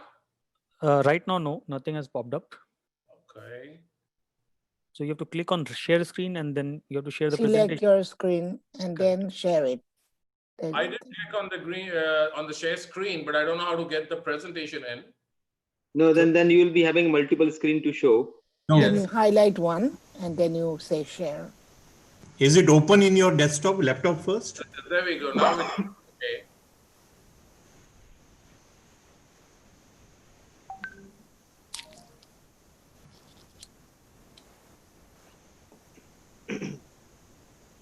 Open, highlighted. I'm trying to say share screen. It's not taking it. Oh, there we go. Share. Yeah. Are you able to see it now? Yes. Yes. Now it is there. Only thing is you have to expand it so that right now it's not readable. It's a PDF, I guess. No, it's a doc. Okay. You see it now? Is it better? Yeah. It's Yes. All right. Yes. This is fine. I apologize for my low-tech knowledge. Anyway, No, so so coming that's back to the first point of 100% freehold ownership, I alluded to this. Basically, in areas like DSO or certain other areas, you would have leasehold ownership. That means after 99 years or after the specified lease period, the ownership would revert back to the master developer, and you may or may not be able to renew the ownership. It's standard in a country like Russia, where you have only leasehold ownership for 35 years. Whereas in the UK, the leasehold period ranges from 150 years to 750 years. And one of the publicly listed real estate developers in UK that we deal with tells me that they never go into a development if it's less than 50 years, 250 years. Anyway, my point being, freehold is in perpetuity. It goes from you to your kids, to your grandkids, and so on. So whenever you are looking at the option of buying in Dubai or Abu Dhabi, always look at an option of freehold. Next, in terms of the advantages of owning a property in Dubai, it's all in the graphic as well, but I'm just going to go through them on an itemized basis. So all the investments and purchases are highly secure. Everything is done through a escrow account. There is a RERA mandate. RERA defines and controls everything to do with real estate in Dubai. It's the real estate regulatory agency, which has also in the last few years started in India. So in 2006, 2007, RERA was established to oversee the law which made freehold ownership possible. And they define what is the process for each and every transaction. And when you are buying a property, the standard is to give 10% of the value of the property in the name of the seller, but it is held in an escrow account or held with the real estate agency. No money is ever released to the seller until and unless the title is transferred to the buyer, which is obvious, but it was not the case in the first few years. So good to know that our mention that this is now completely 100% secure through RERA's processes. The rental yields are in the range of 6 to 9%. It depends on which area and what ticket size. The smaller sizes get a higher ROI. The middle to large ones would be more like 5 to 7%. If you look at buying something in the Burj Khalifa, it would probably be 3% because it's a much higher ticket. But in general, it's 6 to 7% at least. I mentioned about the transactions being all supervised and regulated by RERA and the Dubai Land Department, DLD. All project developments and infrastructure in Dubai has been, generally speaking, built in record timelines. They made a canal in 2 years. The Dubai Metro was implemented in 3 years. I have a small note here about the US infrastructure team, because for many years I've been looking and hearing that they are looking at a plan to revamp the infrastructure. But seriously, the rate at which Dubai, of course, it's much, much smaller and much more concentrated. But to implement a metro in 3 years, it's mind-boggling to me. And all of the infrastructure spend, I was at a Goldman Sachs conference a few years ago, and I asked the question to the presenter, what is the efficiency of the spend of infrastructure in UAE versus India? Because he was giving a talk on India when the government had just been changed, or Modi ji had just come in. He said Dubai and UAE are 95% plus in terms of the efficiency. And officially, you could say that the efficiency in India was under 50. Now, I obviously didn't go into the details of that. I don't want to go into anything specific. I'm just saying that when they allocate resources to develop an area, the green spaces, the highways, you will not have bottlenecks anywhere. You will all of a sudden find that there are new highways connecting or interchanges connecting an area which was not as accessible before, or because there has been far more development now. This is all quite stunning in terms of its progress and its pace. There are no restrictions and minimal regulation of opening of bank accounts, except of course AML regulations have to be followed. The price per square feet and the price per square meter, there is a graphic later on, but this is why I believe Dubai will be attracting a lot of investment and buyers in the future. Dubai currently, my slide says $3,500 per square meter. It's actually gone below 3,000, even maybe 2,500 per square meter. In terms of square feet, that would translate to under 1,000 dirhams per square feet. This is roughly 5 times less than Mumbai and 15 to 20 times less than Hong Kong. So I'm not reflecting the latest pricing in the last 2 years, but what has happened since 2017 is prices have declined quite drastically in Dubai. And we are at the lows near the global financial crisis, 2009 to 2011. So what you get, you will see a graphic later, and obviously the presentation will be shared by Sangeeta and the rest for whoever wants it. But you will see the amount of space you can get in Dubai compared to any other metropolitan city in the world. And it's just mind-blowing that in some areas, the pricing can be 500 dirhams. I'm talking dirhams now. 500 dirhams a square feet in certain areas like Jumeirah Village Circle. It's not a benchmark. It is not the common price. It could be starting at 500, going up to 700. The point being that these are significantly lower than anywhere else in the past, as well as any other cosmopolitan city in the world. When I say 15 to 20 times less than Hong Kong, let me give you an example. If I may, I'll name the developer in a minute, but in September 2019, there was a project launched in North Point in Hong Kong Island for a 286 square feet studio apartment at 1.4 million US dollars. In 1.4 million US dollars, you can get a 7,000 square feet villa or penthouse in Dubai. So that's like 21 times. Now it's Hong Kong, it's different. I understand everything, but also we do believe, and since last year I've been looking at Hong Kong and saying there are occasions and reasons why, because of the changes happening in the last 12 months, that people of Indian origin or other expatriate nationalities who have lived in Hong Kong for many years would be looking for an alternative. And Singapore, Europe are their normal alternatives, but Dubai is a compelling proposition in terms of the value. Similarly, just last week, there was a transaction in Bombay, iconic development, not the representative transaction, but still 1.5 lakhs per square feet was the record high price clocked, I think, just last week in a news article that I read.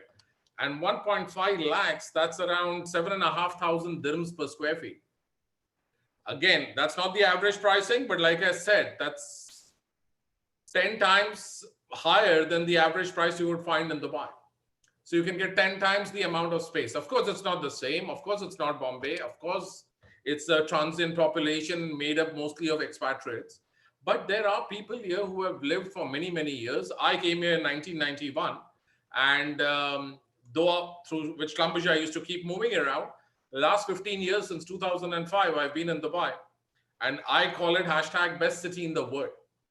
I'm biased, but even so. I won't go through all the numbers in detail because Paris, New York, etc., the comparisons are all there.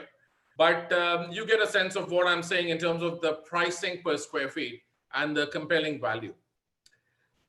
The next point I would like to talk about is obviously taxation. There is no personal taxation, no taxes on individual wealth tax, capital gains appreciation, all of your rental yields. If you make $1 million dirhams on a property investment in a year's time, that $1 million dirhams is to you. It does not get taxed in any way, shape, or form. So and that's just one example. If you hold on to it for the longer term, the appreciation potential, depending on the ticket, is much, much higher. And you, of course, would be eligible to have all of it when you sell the property. Nothing is deducted. There is a normal transfer fee which the buyer pays of 4%, or you may agree 2% buyer and seller, but that's like your stamp duty in India. There is no tax levied on the appreciation of a property that you purchase. So you sell it 10 years later, it goes up by, I don't know, just say 100%. You don't pay a tax on that 100%. Now, I'm not guaranteeing in the future there will never be any tax, but for the last 30 years, there haven't been. So I don't see a reason why that would change. Yes, there has been VAT introduced 2 years ago. VAT is a value-added tax. It's based on sales, and it's common in almost any developed or developing country in the world. We also know for a fact that the next wave of an upturn will be coming not only from real estate because of the low pricing that we are at, but also from the investments that the Abu Dhabi government and the Dubai government have done in areas of high tech like AI, AR, VR, 5G, quantum computing, robotics, hybrid cloud, 3D printing. The Dubai Museum of the Future is a 3D printed construction. So there has been a lot of investment in these areas, and we believe that this will lead to the next generation of the upside and the boom in terms of investments and in terms of businesses, in terms of employment potential opportunities in the next 5-year timeline. Coming to the point of visas, which is my next item, anyone who buys a ready property worth $1 million dirhams or more is eligible for a residency or investor visa. This is eligible for the owner and their immediate family members. You cannot have distant family, parents, etc., but your wife and your kids under 18 are eligible. If the property value is 2 million, then it's for 2 years. In July of 2018, I sent a recommendation following a 10-year rule introduced for visas for certain kinds of startup businesses and certain categories of students, saying that, in my humble opinion, this should be extended even to property purchased. And later that year, in November 2018, there was a 5-year and 10-year visas applicable for property investors. 5 million gets you 5-year visa, 10 million investment, a property value, or it need not be one property. It can be multiple properties, as long as they are ready and they are not mortgage, which means the owner, the buyer, has put in the investment, then you are eligible for a 5-year and a 10-year visa respectively. There is also a retirement visa option, which is for people over 55. More or less, it says 1 million worth of net worth plus an income ability of 20,000 per month. So I'm happy to share the entire guidelines in terms of visas, but for a long time, I've heard from clients of ours, investors of ours, that, you don't know what will happen after 1 or 2 years, etc. Things can change. We need a longer term option of visas. So it's now in place since January of 2019, and many people have availed it. You can get a long-term visa for 5 or 10 years, or if you don't want to invest 5 million, 2 million, you can get a 2-year visa. How about for US citizens? It's available for US citizens as well. I don't think there is an automatic visa by any nationality. I could be subject to correction here, but it's not like you can get a residency visa for 5 years if you're a national of a certain country. But you are not precluded from these long-term visas wherever you may be from. Thank you. Sure. So I've already covered the points about the sizes you would be able to get for $1 million, for example. I'll skip this one in the interest of time and go on to the graphic. Again, I'm not going to go through this graphic in detail. It's not probably visible to you, but what I've done is, in the presentation, which will be shared with you, showcase the quality of life. This is something that SPF Realty had compiled 2 years ago. So again, not completely updated. But what we wanted to do was, besides this price per square foot, look at various kinds of metrics which go into the quality of life of a person. So we started from the purchasing power, the safety index, the CPI, what is the total commuting time that you spend if you're in Bombay versus if you are in Dubai, or like the earlier speaker said, in Jakarta, which I had the privilege to live and work in for 2 years. You spend a lot of time in the car in Jakarta. You don't, if you're doing virtual work, it's fine. But if you are traveling, it will on an average take you 1 hour to go from your place of residence to your office. In Dubai, the average is 10 minutes, 15 minutes. I know in Mumbai it is much more than 1 hour on an average, but the property price to income ratio, the price per square meter in terms of the size you're getting, we covered that, and overall metrics in terms of the index of which is the best place to live in. These are subjective factors. Obviously, things have changed, but if you go into all of these numbers, I think we ranked Dubai, ranked number 2 or number 1 in all of the assessments. If you see the overall score at the bottom, and Hong Kong was at 104 then, given some of the recent events, or other cities like New York, for example, which is so much more highly densely populated, though of course a great place to be in and live in. You can see that all of these factors suggest that it's actually the quality of life in Dubai for the expatriate on an average is great. Hence my calling it the best city in the world earlier. I have a few more points which I'm not sure that they will be very visible, but I'll talk about it. And stop me if I'm again going too fast or it's not clear. Excuse me. I'm working with a relocation company in some aspects in relation to a European body institute, which is basically planning to have 7,000 people move to Dubai next year. So these are employees that they are going to be planning to move in various kinds of jobs, typically from mid-management onwards, some of them at a lower level perhaps, but 7,000 from Germany and Switzerland, two of these countries put together. So that's just, again, it was in the context of the fact that all of these investments in the past that we have seen, and there is much more going to be coming in. I talked about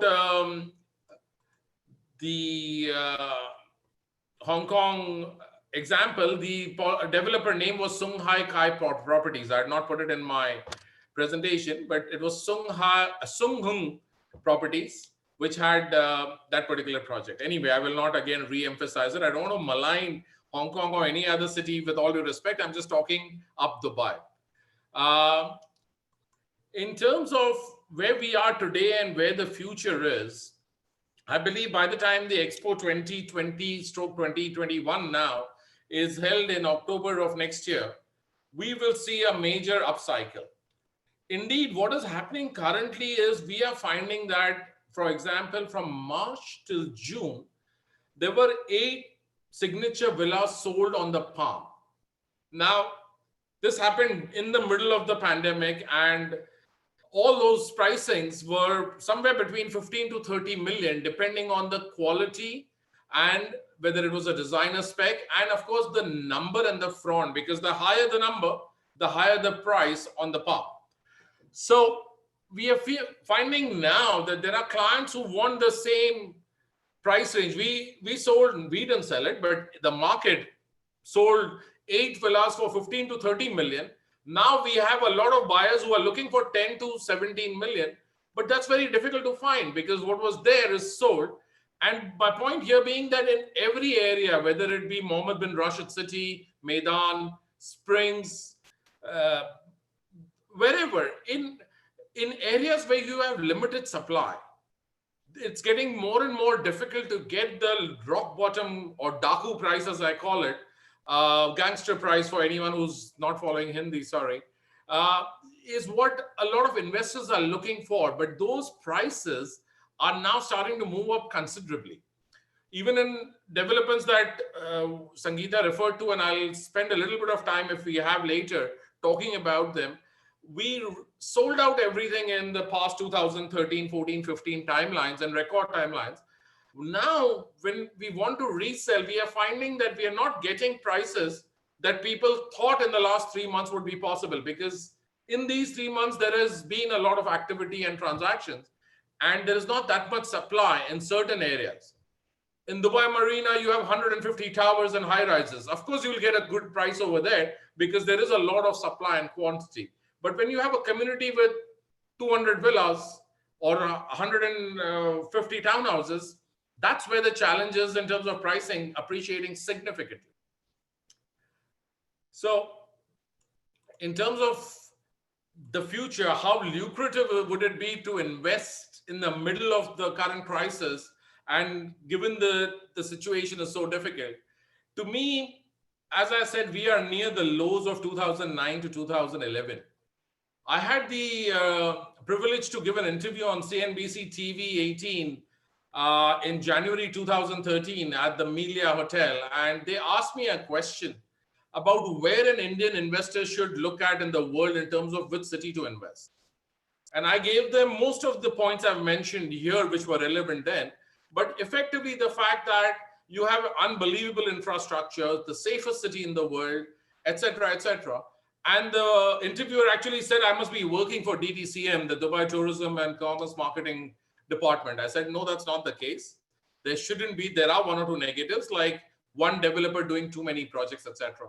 Anyway, I digress. My point was, I said that in Jan 2013, I didn't know how much it would appreciate, but it appreciated the real estate market in the next 2-3 years by around 45%. Now that was too much, too fast, and therefore we saw again a reversal in 2016 to 2019 by about 40%. My belief is that the next cycle will be far more gradual and slower because we are now entering a more mature phase. that was the first phase of the market. So people had only been used to a rapid acceleration because prices were that low. Now the acceleration and the increase will be more like 5, 7, 8, 10%. And perhaps in the first year or two, it might be a little bit more than that. But that's more representative of most markets which are still very early in their development. Don't get me wrong, it's not going to slow down to 3, 4, 5% like a real estate market which is 50, 100, 200 years old. It's still going to appreciate. Go ahead, sorry. Yeah, Kalpesh, I have a question here. Sure, Just sure. want to ask you a question. We're seeing Dubai market for quite some time now. Sure. What is the reason for the pricing of the property never increase here? In any of the area, when somebody invests, let's say, buying a villa of 2 million or 3 million, the prices never increase here. I mean, what's the reason for it? That's what I was referring to. What you are talking about is from 2016. In the period, No, I'm talking about since back as well. I mean, effective from 2012, when any of the community that have been built here, the price remains stable there. I mean, even on the resale, most of the people find it very challenging to sell the property. What is the reason in that case? I have been in real estate in Dubai since 2005. In 2007, 2008, prices, for example, in Burj Khalifa reached 9,000 per square feet. Giving you just one example. Today, you can get something in Burj Khalifa under 2,000. When MR launched, they were launched at about 4,000 for Burj Khalifa. Armani was launched at 13,000. My point being, it went up from 4,000 up to a peak of 9,000. So it's not that it's never appreciated. Let's come to 2012. In case of villas, now if you see the community like Green, Meadows, now the MR Hills coming, Arabian Ranches and other places. Okay. Well, when somebody bought a property, it always deflated. Now today, JVC, if you see situation like, people have bought the villas probably in 2 million. Now there is no buyer to buy even at 1 million. And then other properties are available at 1 million price as well. So, I was Sorry, let me interrupt you for a second. I don't mean to interrupt, but let me give you the answer. It's not that villas are never appreciated. The villas, townhouses, it's exactly the same point. It all depends on when in the cycle did you buy. So I said in 2007, 8, we reached a peak which was crazy, which is why over the next 5 years till 2012, things kept falling. They fell so much, which is why in 2013, I said that now the market will pick up. It's not about me being an accurate predictor. I'm just answering your question. Townhouses, villas, I can tell you this because I've sold more townhouses in Springs than anybody else in Dubai on a one-to-one basis. I don't want to sound immodest here, but this is a fact. I started off in Springs after having studied the market for a year and seeing what is the affordable bungalow type property where I could specialize. And I sold a lot over there. They appreciated drastically, exponentially during the period from 2009 levels, where I sold, to give one example, to a Gujarati gentleman, 6 units of a type 3 at 1.5 million. He sold them on an average at 2.8 million over the next 5 years. So they have appreciated. It's all a question of if you bought in, or the person you are referring to invested at a higher point. Like if you bought in 2014, 15, 16, in the last 3 years, there has been only declines. There have been various reasons. One of them being because we went up too fast, as I already said. The other reason is all about supply that I talked about. JVC has a lot of supply. It's not a standardized community. When I come to the end, I will talk about Maidan and the projects that we were referring to. If you have one developer or 3 developers, and you have a standardized benchmark, that becomes very different. If you have 100 developers in an area, then now a buyer doesn't know which is a good one and which is a not good one. Villas, townhouses, everything appreciated during 2012 end, after the Arab Spring, until 2015. And then Kalpesh, now seeing this market, which is currently right now the market is, earlier it was Spring. Now, which area do you recommend? Which area and what exactly the price, whether it has corrected and it's now the right time, or you will see again more bottom down in terms of real estate in Dubai? Warren Buffett says, I don't know how to time the bottom in a market. So I'm not going to try and get to any such predictions. But I will say this. If you are a mid to long-term investor, I have seen in countries and cities all over the world that real estate typically goes up exponentially when held for 5 to 10 to 15 years.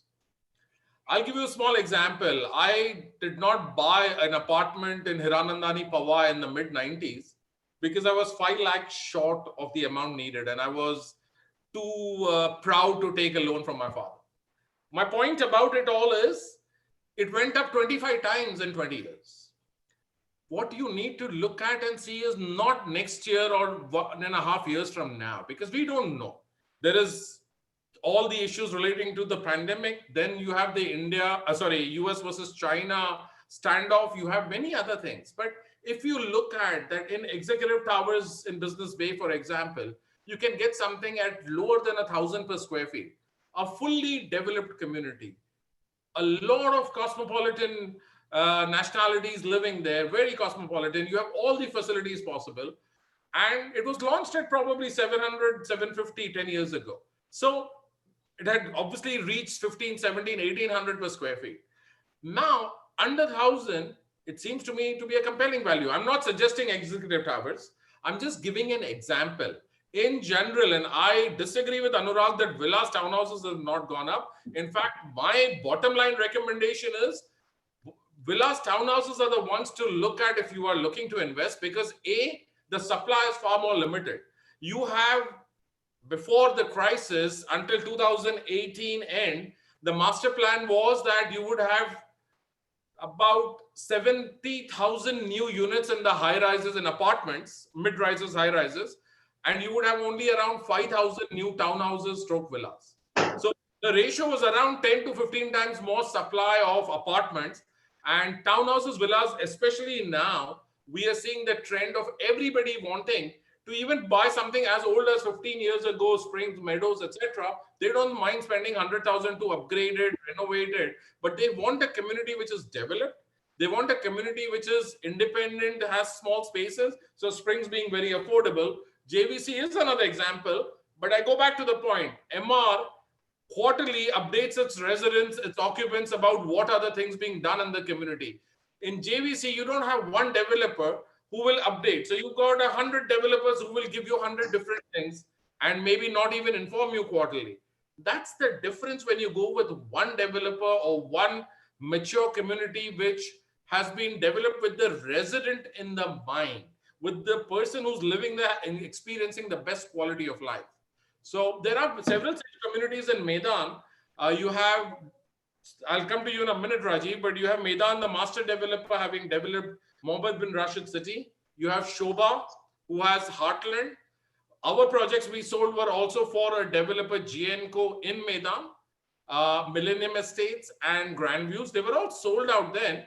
But again, I'll come to this point. Grand Views is now just being handed over. It's also out, it's in resale. I'm not supposed to be marketing it here. I'm just giving a point in terms of the answer.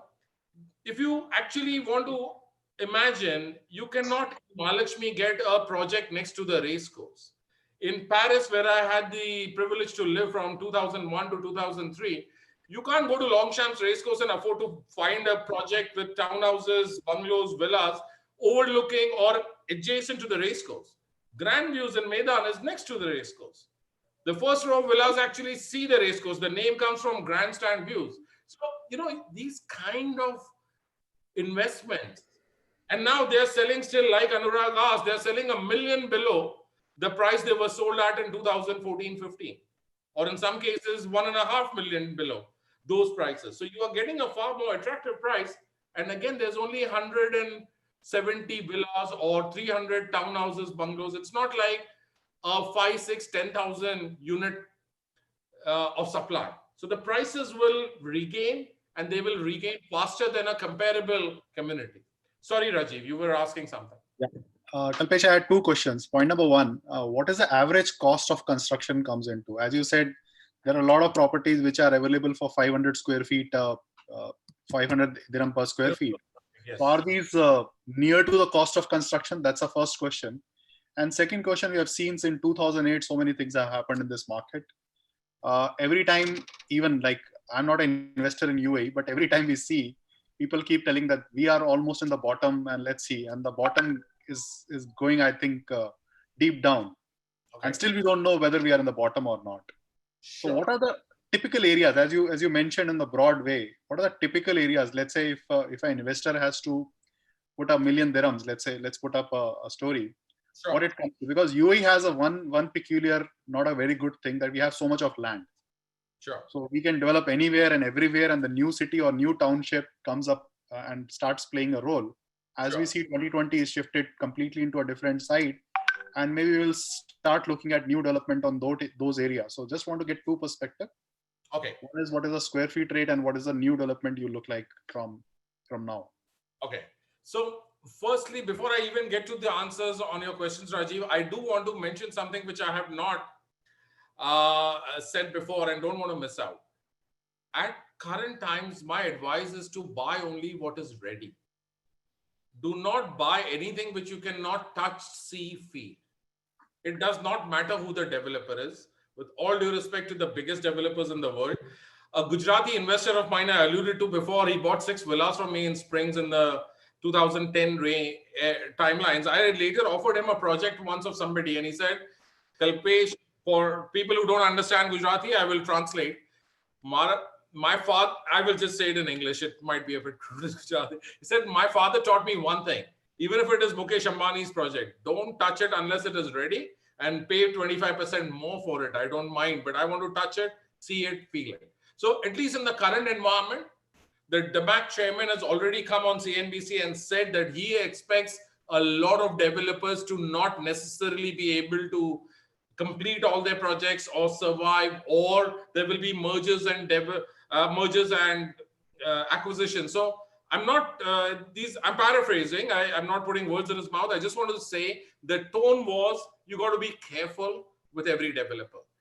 You have had names of people who have not been able to finish in the crisis last time around and are now again active and doing projects. I don't want to take names, but people who will do a little bit of research will know certain names in 2009 to 11 could not complete but are still active now. So obviously you want to be wary, once bitten, twice shy. Coming back to your specific question, the cost of construction obviously varies based on the quality, the finishing, the specs. I would say the cheapest cost would be probably in the 300 dirhams per square feet range. But again, it's very much on which area are you in. In downtown, you can't complete something in 300 per square feet. But in maybe Dubai Land, Arjan, etc., you can do it in 300, 350. If you look at JVC, for example, that Anurag gave, you have Ellington, you have one or two other developers which are very high end and who have developed a very high quality of spec and finishing. So their cost of construction will be far higher.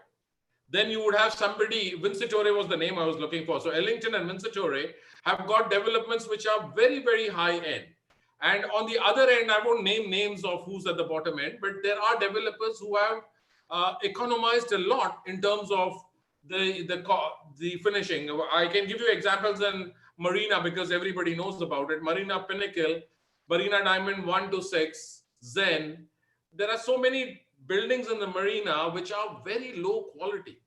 In the middle of the financial crisis, there were at least one tower where the tiles in the bathroom are of different tone, shade, color, etc., because they couldn't find or complete or source from one supplier. So you have to be wary and careful as to what is the developer you're going with, but also go for a project which is ready.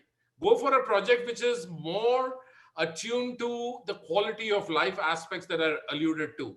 In Springs, Meadows, Lakes, Emirates Hills, an older community, but you have 10 lakes, 25 restaurants, cafes. So these were the things I put in my analysis originally as well, to see that it's a developed community where you can have your entire family, your kid, the millennial, the Gen X, whichever category you fall in, you can spend good time over there because you've got parks, pools, gyms, restaurants, everything that you possibly want to within a project and a community.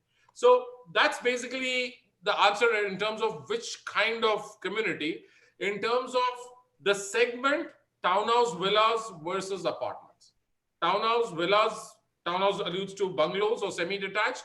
Villas, which is independent houses or homes as you would call them in US.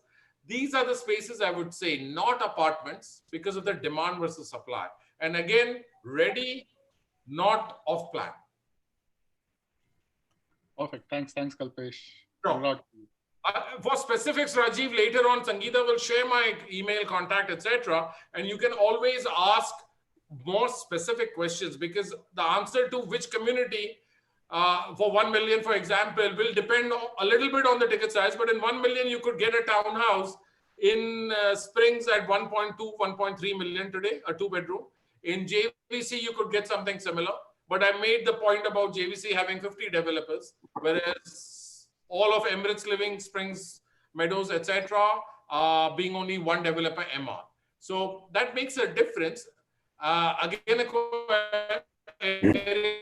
like Medan has 3, 4, 5 main developers. Master developers only Medan. They'll keep a basic standard and benchmark. So again, these kind of areas are really good to invest in. Okay. Do we move to the question and answers? I have a few more points, I think. If you would give me 5 minutes more, I'll wrap them up without going too fast, I hope. But yeah, 5 minutes more. Yeah, sure. Okay, thank you. So, in fact, it's not even 5 minutes perhaps. I just wanted to mention a little bit about my own background and how I got into real estate, like Sangeeta alluded to before. So, in 1991, when I first moved to Dubai, it was with Schlumberger, which is the world's largest oilfield service company. I'm a chartered accountant and a lawyer. So I was basically in finance with Schlumberger. And in 96, I moved to Jakarta, 98 to Singapore, 99 back to Dubai, 2001 to Paris to oversee a ERP deployment of a small software called Lawson Software. We had tried for many years to deploy SAP. And after spending hundreds of millions, we found that that wasn't suitable for us because SAP is a German company. Now it may be far more flexible, but in those days, it would imagine a 400 million asset as being a plant of manufacturing for Mercedes or BMW. It did not understand how an asset worth, say, $500 million can then start moving around from Indonesia to Vietnam to Thailand, as our rigs would need the functionality of an asset being sent across to a different country from that asset itself. So subdividing it, or various other functionalities. So we found that in North America, SAP was brilliant, but in the rest of the world, we needed a different software, and we deployed Lawson in all of the rest of the world. Anyway, when I came back here in 2004, after we finished the deployment, I saw that the freehold law had just been announced. And I spoke to Schlumberger for the second time in my career, telling them, let's get involved in real estate. I have studied the opportunity. A city is just being built, and there will be tremendous growth. For the second time, they said no. The first time was in India, in Bombay, when I wrote in an audit report, buy everything which is today the BCEC. Anyways, so luckily for me, they said no. So instead of being the head of the real estate division, I started off my own real estate company. I had no buyers, sellers. I'd never sold a thing in my life. But what I did is focus on what would a customer need? What would they want? And having lived in Paris in such a small apartment, I had to move sideways and whilst going into the washroom, I said a small independent space, townhouse, bungalow, with a very affordable price line, with a developed community. So that's where I started off. I spent a lot of time like Ryan Serhant, who's now the host of the Billionaire Real Estate Show and the author of Sell It Like Serhant. He started similarly in 2008 when the day Lehman Brothers crashed. So you spend time in the community, you get to know the customers, you become an expert in what you're selling, and then you look at what the customer wants. Anyways, that was a little bit about me. In 2007, we merged into SPF. And over the last 13 years, we basically, in terms of anticipating and visualizing. We're not doing it this time around, but in 2008, 9, 10, we started seeing an opportunity that we had now bottomed, and we needed to position ourselves to expand when the upturn starts. So we basically expanded from one office of 1,000 square feet to 9,000 square feet office in Ashafar on Sheikh Zayed Road. We again have our office now there, but it's a much smaller one. We expanded from 10 agents to 90 agents. Kalpesh ji. Yeah. Just on the timeline, we are just running a little bit out of time. I'm done. So I'm just saying, in terms of the leadership point, when you position yourself, you look at and anticipate the opportunity. This is the time in terms of investment. But sorry, I have gone way over my time. Let's get on to Q&A. Can you in just few words tell about opportunities for the chartered accountants in this market? That would be a little bit difficult, because I changed my entire field. So I mean, I guess I would say the one big point would be the return on investment and the investment opportunity. If you look at your clients and if you look at their investment and exposure, I have a lot of people who tell me, why should I invest in Dubai? I say diversification is extremely important by asset class and by geography. If you have all your eggs in one basket, it's going to be a problem. You don't know when demonetization will come. You don't know when Federal Reserve will have $7 trillion, and the value of the dollar will get impacted. The value of the real estate will get impacted. My point being, if you are having different asset classes, just like Shalini ji said earlier, different kinds of instruments, but also real estate being a core part of your portfolio and in different cities in the world. That is very, very good advice for a CA to give his clients and his investors. Okay, thank you. We have a question from Jigar Dedia. Jigar, I'm unmuting you. Kindly go ahead. Yeah, sure. Thank you. Thanks a lot, Sangeeta ji. So, Kalpesh, I think thank you, first of all, giving me hopes that I will see the prices of villa, which I bought in 2015 again. So that's a hope I live in today. And again, I would agree with all the points which you mentioned about the quality of life. And especially when you live in a villa in this time when you're working from home, we have been practically living a gadget-free life by spending time in the garden. So I agree with you. But you mentioned, Kalpesh, that you, I think in one of the earlier conversations, saying that you still live in Dubai. So why, I mean, you being in the market for so long, and I'm assuming you must have made a fortune out of the real estate market, why do you still live in non-freehold area? Good question. Okay, here's the answer. I do own several properties myself. I looked at moving out of Dubai. The problem is, when you came here originally 30 years ago, all your friends, family, relatives, convenience is all in this area. I own villas in the projects. I typically have a principle: when I have the money, I will first buy a property before I sell it as a project. Put my money where my mouth is. So I have a 5-bedroom, 7,000 square feet villa in Millennium before, which I sold. I have one in the project which I described, which is just adjacent to the race course. But it all is a question of a developed lifestyle, like I said. These projects will take time for the community center, for the lake, for the clubhouse, for the pool, all of it to come up. So the next best thing for somebody who's investing today, I mean, there was just on 20th of July an article which said somebody bought Horse Island, an entire island off the coast of Ireland. It's an island by itself. This is the next best thing. Trust me, in the world, you will not have a project which is adjacent to the race course. So I plan to move there someday, but once you have the entire facilities and amenities that a typical family will want. But I do properties, many properties in Business Bay, Springs, etc. I don't want to again boast, but it's not that I don't have the confidence in freehold over here. I have bought and invested. I just live in Dubai because it's very good. Just to connect with the Jigar's question, and on lighter note, you are even not able to convince your family and friends also to go from the Dubai. There is a very simple answer to this. I always listen to my wife as the first answer. Except when I moved from Schlumberger to real estate, when she disagreed with me, and that was the one time in my life that I had the courage to disagree with her and move on and take the step. She said, "You're at middle management, 15 years, why do you want to sell a studio apartment and make 5,000?" There is obviously, it's not clear that you would, but that's one of the things. The second thing is you can see my voice, even with the sound on mute, you can hear it. So we have this place in old Dubai, which they don't make in new Dubai anymore. So, yeah. But the old Dubai is Thank good. you. You have the temple there and the whole Indian market. It has a little charm of its own. No, no, You of like course. little India. Absolutely true. Very true.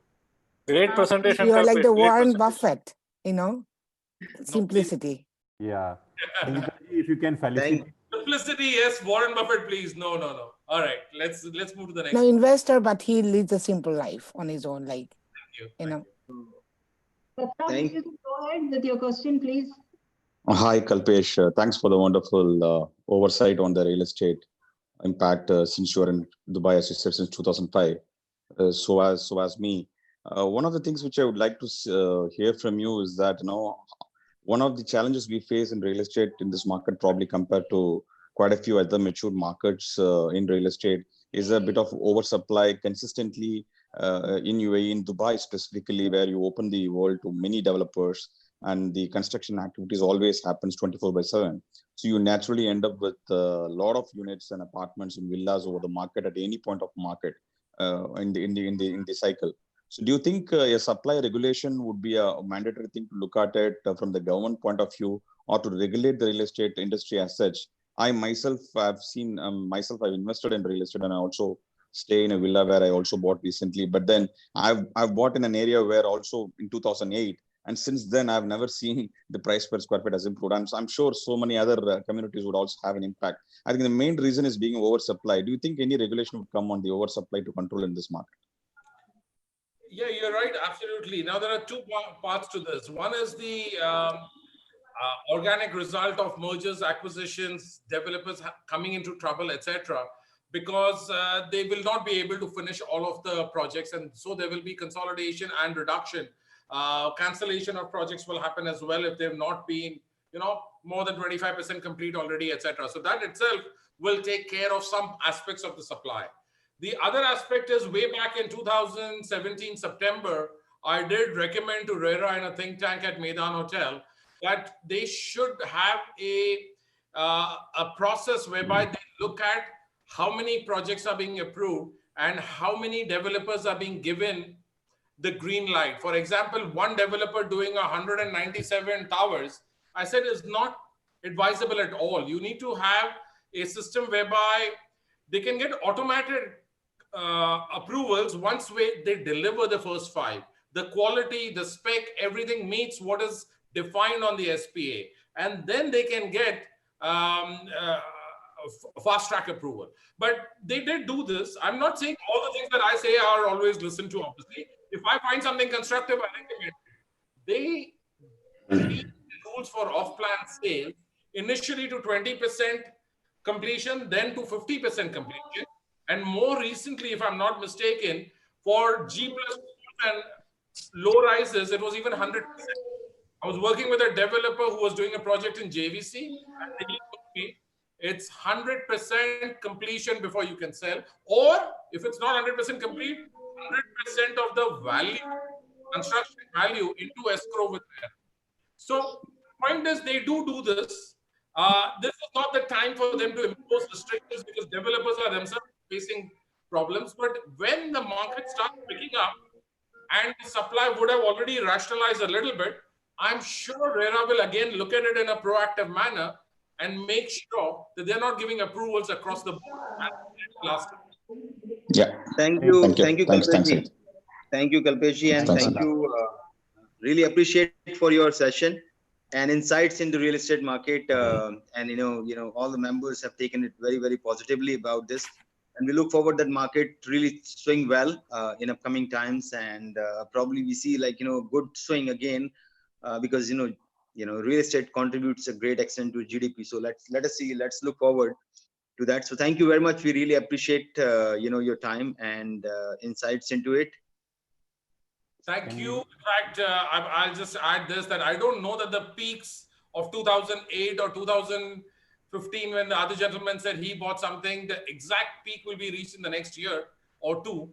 But in the 5 to 10 year timeline, like I said, I see compelling appreciation in Dubai's real estate.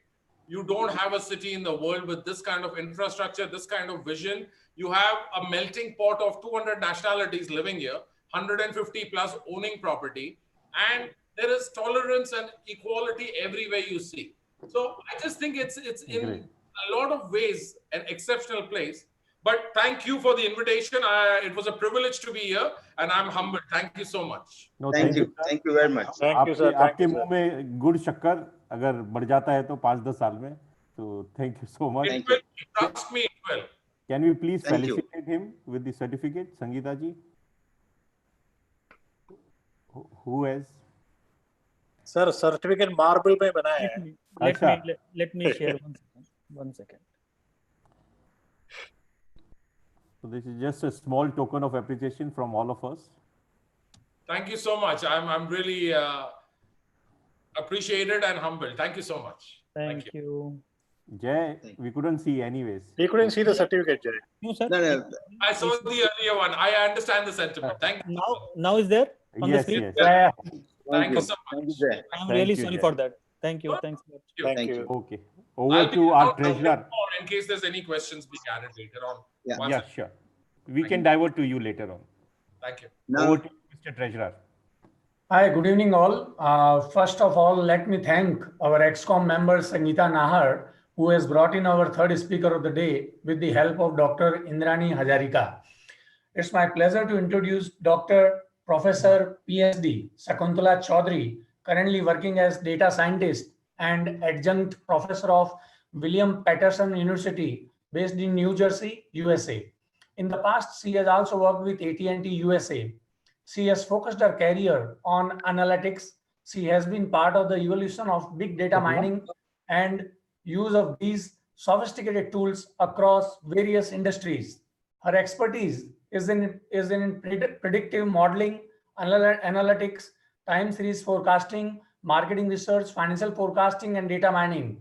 Currently, her capstone project on COVID-19 data science has been published in researchgate.com.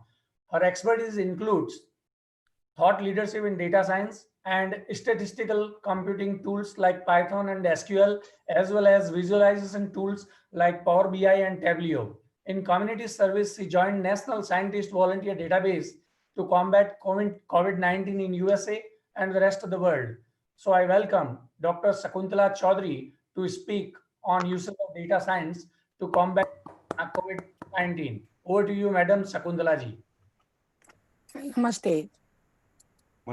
Good evening, good afternoon, almost here in New Jersey. I thank Mr. Hari Krishnan for introducing me so eloquently to this forum. Thank you, ma'am. And respected Chairman Anish Mehta, Secretary Anurag Chaturvedi, and Sangeeta Nahar. Thank you for inviting me to talk about data science and COVID-19 and how it impacts the banking, the real estate, the education industry. We are in a phase of crisis in education, crisis in real estate, crisis in health, and crisis in economics. As I mentioned, I am going to introduce myself, but I just want to mention 3 world orders. In 1919, after the pandemic happened, a new world order was established, and so that brought to our modern society. Then after 1948, past the World War II, the second world order was established when penicillin and all the medicine came to the world and 7 billion people were saved from dying. And in 2020, we are in a crisis, and that is the COVID-19 world. With high life expectancy, we are seeing a lot of death and quality of life affected by the disease. So I would like to talk about data science, how it looks to, significantly at the scientific way of looking at data and project our AI, and machine learning models for the future, which can be used in any discipline, whether it be nutrition, food chain, PPE, real estate, finance, cybersecurity, banking, education, so on and so forth. So with that, I'll introduce myself. I have a PowerPoint that I will control from here. Yes, ma'am. And thank you for giving me the opportunity to speak because of the WFH, which is the work from home mode of COVID-19. And that's going to stay until another 6 months in US, I guess. And so we can look forward to many more of this. Hope you can hear me. Let me share my screen. Yes, ma'am, we can hear you.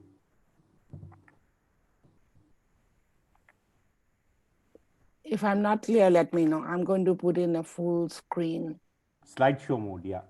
Yeah.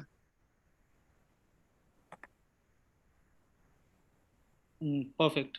Okay. Yeah, So I am here in New Jersey. You can see a picture of New York. Yeah.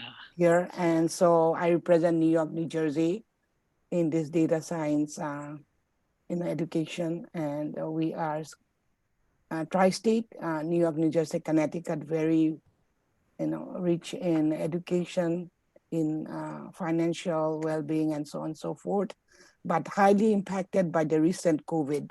As you know, New York and New Jersey were the epicenters. So I'll talk about it.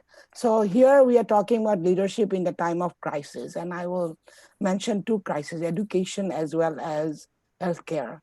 So leadership role of data science to combat 19 and also careers in data science and machine learning, which could be very useful for the accounting and CPA professionals as you want to learn new dimension, new ideas, how you can apply blockchain, supply chain management, and so on and so forth in different industries. So I'm presenting this to the Institute of Chartered Accountants of India. Very happy to be part of it. My family, my father's younger brother, he is 85. He is watching it from Assam, India. He is a chartered accountant. His daughter visited the refinery in Assam. She's watching. So we have family watching. And I had lived in Dubai, fortunate enough to be part of the big Dubai expat community from US. My husband was at Lucent. So we lived in the area near the Emirates Golf Course. So very happy to be here today. So let me go to the next one. So humbling myself, Hari Krishnan explained very well my evolution with big data and using of cognitive technologies in different areas.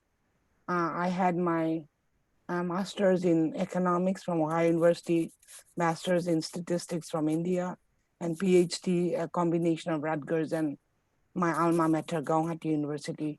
It was about expectancy of life at birth. And I looked at different world and the whole world and compared different industries. My hobbies are reading, traveling, and that's why I travel across the world, except South America, and that had brought different perspective. The top skills people need and are some of like SQL, SPSS, SAS, R, and Python. So those are in nutshell. So Sankita asked me to change the tone a little bit to talk more about data science. And the examples will be about COVID because we cannot release a lot of the data right now. So what is data? Big data is our huge volume of unrecognized data, often from number of sources and not able to be processed using traditional applications. Data come in different shapes and size. It could be structured, unstructured. Structured meaning numerical data or categorical from surveys. Unstructured meaning text analytics, looking at the contract for law, contract for real estate, where you can pull bags of words to make meaningful prediction. And then finally, which is the image of a tumor growing, or the image of a bank check being processed by Chase Manhattan Bank, JP Morgan Chase. So a lot of images are used in the banking industry to see which are fraudulent activities or not. So all of this could be accessed through interdisciplinary science, which is statistics, computing, business acumen, economics, and even the writing and the communication, which is the soft skill. So a combination of statistics, computer science, and mathematics, machine learning is a catch-all term to describe the process by which an algorithm learns from and makes prediction related to the data it encounters. So when you talk about AI, machine learning, it's a synergy between man and machine. You still need the person to develop the thought leadership to understand the predictor. For example, when Kalpesh Sampath talked about the real estate, there are huge models being used by Reology in US that are used for attracting and finding customers in the real estate market by looking at their affinity, their lifestyle, their age, and where they would like to relocate. So a lot of data science, machine learning, AI are used in that.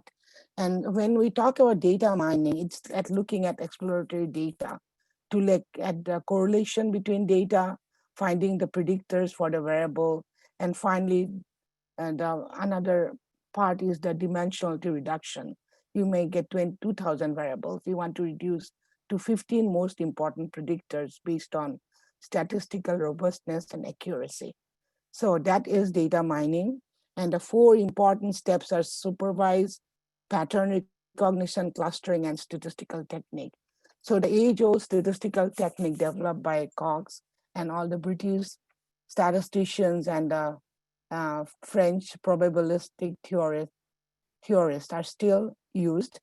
And so it's an interdisciplinary function. So when you talk about data science, you see we have 3 circles and there is a lot of overlap, and this is the Venn diagram. Here's the data engineer, which is more of a computer science, physicist, electrical engineer who comes into the data space. Then here's the data scientist with our information on math, stat, robust designing of experiments, looking at diagnostic tool to see if your predictive models are good. And here comes the business owner. For example, like Mr. Sampath, who knows very well the real estate market, but we need everybody's cooperation to come and develop the hypothesis. What I mean by hypothesis is the business critical question. For example, is this market churning? Is Dubai real estate or the banking industry, is there a churn of customer? That means customer leaving. And we want to keep the existing customers. It's very hard to get new customer. So to keep the existing customer happy and keep the philosophy of upselling and cross-selling is important. For example, he mentioned about the real estate and how you need the amenities to attract customers. So that's how the data scientists work with all the different groups. So it's a liaison between IT and top management. It's a very visible skill. In US also, data scientists are paid at parity with men. We have a lot of difference between men and women's earnings in United States. That's why we have affirmative action. But this discipline, which is very new, and there's a lot of demand, scarcity is low, it's a very good place to invest in your time, because life is a learning process and you can keep on learning, and big data changes very quickly. So what is big data? That's volume, velocity, and variety. When you look at here, you can see like we had ERP, now it's a customer relationship management. And then we have terabytes of data. So web traffic will be increasing with the COVID-19 and all the economic downturn. So web-based service will increase a lot. And for web-based service, we need a good API, a good data science model to come up with the best optimization of the business function. And then it's the petabytes of data. So these are data collected by the space ship on different astronomical information. So data is by speed, by complexity, and volume. As you look at your smartphone, every strike of a finger creates data. So data is overwhelming. And we need very good data science professionals to analyze the data and make sense. Some of the common application of data science and machine learning are here. And somebody mentioned that Tesla that are opening their offices in Dubai. We're talking about the self-driving cars. These are all computerized. I've seen one, the way it backs and, they look at people standing. These are all machine learning. These algorithms fed by human to the computer, and including with computer science discipline of, computer vision. And the car is able to drive by itself. Then we look at early onset of the infection. For example, in case of COVID, they're doing the test on nasal swab, which is not very reliable at all. It takes 5 days in US to get the results back. And by that time, the virus is going to affect all your main organs. So people who are still recovering, they still have some bad quality of life because they're having forgetfulness, they're having palpitations, and blood clotting, and so on. So the early onset CT scan is the best possible way to look at it, and it's also computerized vision. And if you can immediately have that diagnostic, people can be saved from COVID. It's very expensive, but if you have health insurance, that's the main detector of COVID for right now. Then looking at fraud detection, we have a lot of fraud in PPE, in banking. That's why we have the blockchain technology. So we can look at cyber fraud. Right now, all of them are kind of reactive. It happens, so we want to see how they look like. So they use the technical anomaly detection, but we need to develop models that are proactive to understand who might come into your system and be a cyber crimer, so on and so forth. So these are some of the examples of what machine learning data scientists can do. So we still need human thought leader. It doesn't look like we are losing our, once your job, it's not a robot. It's a handshake between a robot and a machine, the machine and the human, machine being a computer. So machine learning in practice requires human application of the scientific method and human communication skill. So right now the world needs thought leaders, which are a good combination of economics, mathematics, and human communication skills, more than engineers. Engineers can produce a model in 24 hours, but it'll be overfitting. We have to take in consideration all the other skills. People have business knowledge, what could be the predictive power of that model and so forth. So having said that, this is what I mean by leadership in data science. Like Stephen Covey's book, 7 Habits of Highly Effective People. In this case, I'll call it highly effective data scientists, who are the thought leader. They have to come with the policy, the hypothesis, how to manage the data, what to collect, what methodology work for different market, and so on and so forth. So my thoughts about the 7 steps are defining the objective, then gathering the data, which is a very hard thing right now because it comes in different shapes and sizes. You may not get it as an Excel file, it'll be web scraping. So you need languages like JavaScript and Python to gather the data from web, or preparing the data for modeling is even harder. It takes about 40% of the time because a lot of time data will be missing.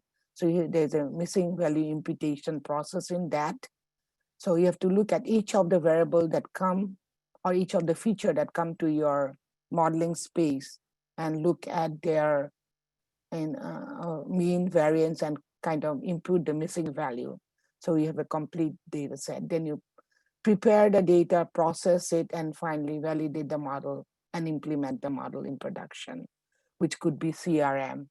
So every time new data comes in, the computer spits out the model, and the salespeople in big corporation like AT&T and Verizon, they would be able to look at it and go and sell other services to keep the customer and increase the revenue to 2-3 digits. So machine learning in practice requires human application of the scientific method and human communication skills. Successful organizations have the analytic infrastructure, expertise, and close collaboration between analytics and business subject matter experts. And since this is a forum of CPAs and we all like arithmetic, number crunching, interest rates, I'm going to give 2 examples, one from telecom and one from my work at KPMG Global, where I looked at 150 countries across the world and developed a econometric model using statistical methodology to do e-auditing, because it's not possible to audit every company. There's a lot of, fraud. People who auditor may not give all the right tools. So we automate, kind of robotic automation of that process was done. So in telecom, I worked for AT&T and Verizon. I kind of retired from AT&T and thought of transitioning from industry to academia, because we need good data scientists to look at data. As you know, US lagged the rest of the world in study of math and economics and statistics for the last 20 years.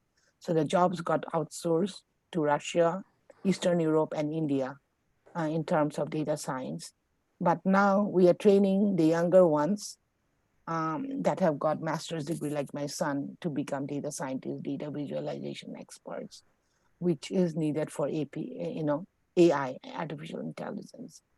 So generally, in both cases, whether it's an auditing model or a customer churn model, we have to hypothesize the critical business question. For example, some parts like real estate value, whether the value in DERA is different than Dubai, than Dubai Marina. Then you develop the key metrics, what we want to measure.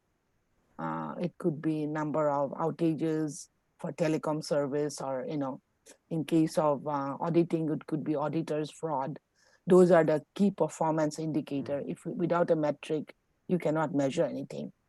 Then you document the market assumptions and constraint in time. Market assumption being the stock market still going strong. Pandemic is happening, but there's a lot of issue with supply chain. There's constraint in time and so on, and getting the data, because data privacy is a very big issue. We cannot use data from everywhere nowadays. It could be a big lawsuit. Then write the spec to collect the data, telling where to get the data, what are the constraints, how we're going to collect it, where they're going to put it in the Google Cloud or Amazon Cloud or Microsoft Cloud. But in terms of analytics, the best cloud is the Microsoft Cloud, because Microsoft Cloud, we can do the ML Cloud. A lot of things can be done, regression, classification, decision tree, which is very easy for engineers to and marketers to understand, as well as looking at cyber fraud. Then we, as a statistician or data scientist, okay, 1 second. We are to recommend a model, logistic regression or predictive modeling, random forest. These are all terms. And I don't want to go through any equations, but I'm giving you the main idea. Then we developed a project timeline, and you have to sit with your product managers, all the people that are involved, the brand, the product manager, the network engineers, customer service, to come up with the model so you can get the buy-in. Without people's buy-in, you can have the most knowledge in your mind and in your fingers to work with computing, but it doesn't monetize. Data monetization is the biggest thing right now in any industry, retail, telecom, financial, so on and so forth. So develop the best model and present the deck to the top management in terms of PowerPoint. And in parallel, you always have to document your project brief. Today, nobody keeps big binders of books, but these are all shared in the SharePoint or in the website, so people can look at it. If somebody leaves the job, the next person can pick it. And the dashboards in CRM, customer relationship management, which is salesforce.com in US. And that's where people can look at the dashboards and see who's going out of, in revenue erosion. The success of the model are in the time and resource optimized and keeping customers happy with the double-digit profit. Ma'am, this is Anish. Yes, go ahead. I have one question, which I'm not sure whether you would like to answer here or maybe later. But in your presentation, you said machine learning is a synergy between man and machine. Yeah. Yeah. So just want to have one practical example of this, like how machines are made to learn through the man and then ultimately rule the man. Okay, so for example, you have 200 data set, right? The points or features or data. You do all your data mining. Then you plug into an equation, which is like a logistic regression, y equal to a plus. I don't know if I can type it here. Okay. There is a whiteboard here. Yeah, it will be on your top view options. Yeah. Annotate. Yeah. Whiteboard will come.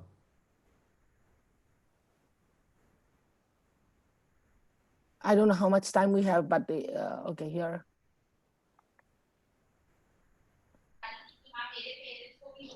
Anyway, I can talk about it. So once you come, then you look at all your statistical correlation. Then you want to see which correlation, multi-collinear, some variables like income and where they live, that could be correlated. So you use one of the variable instead of another. So the final predictor probably comes up with 10, right? So y equal to a plus bx plus c plus so and so forth.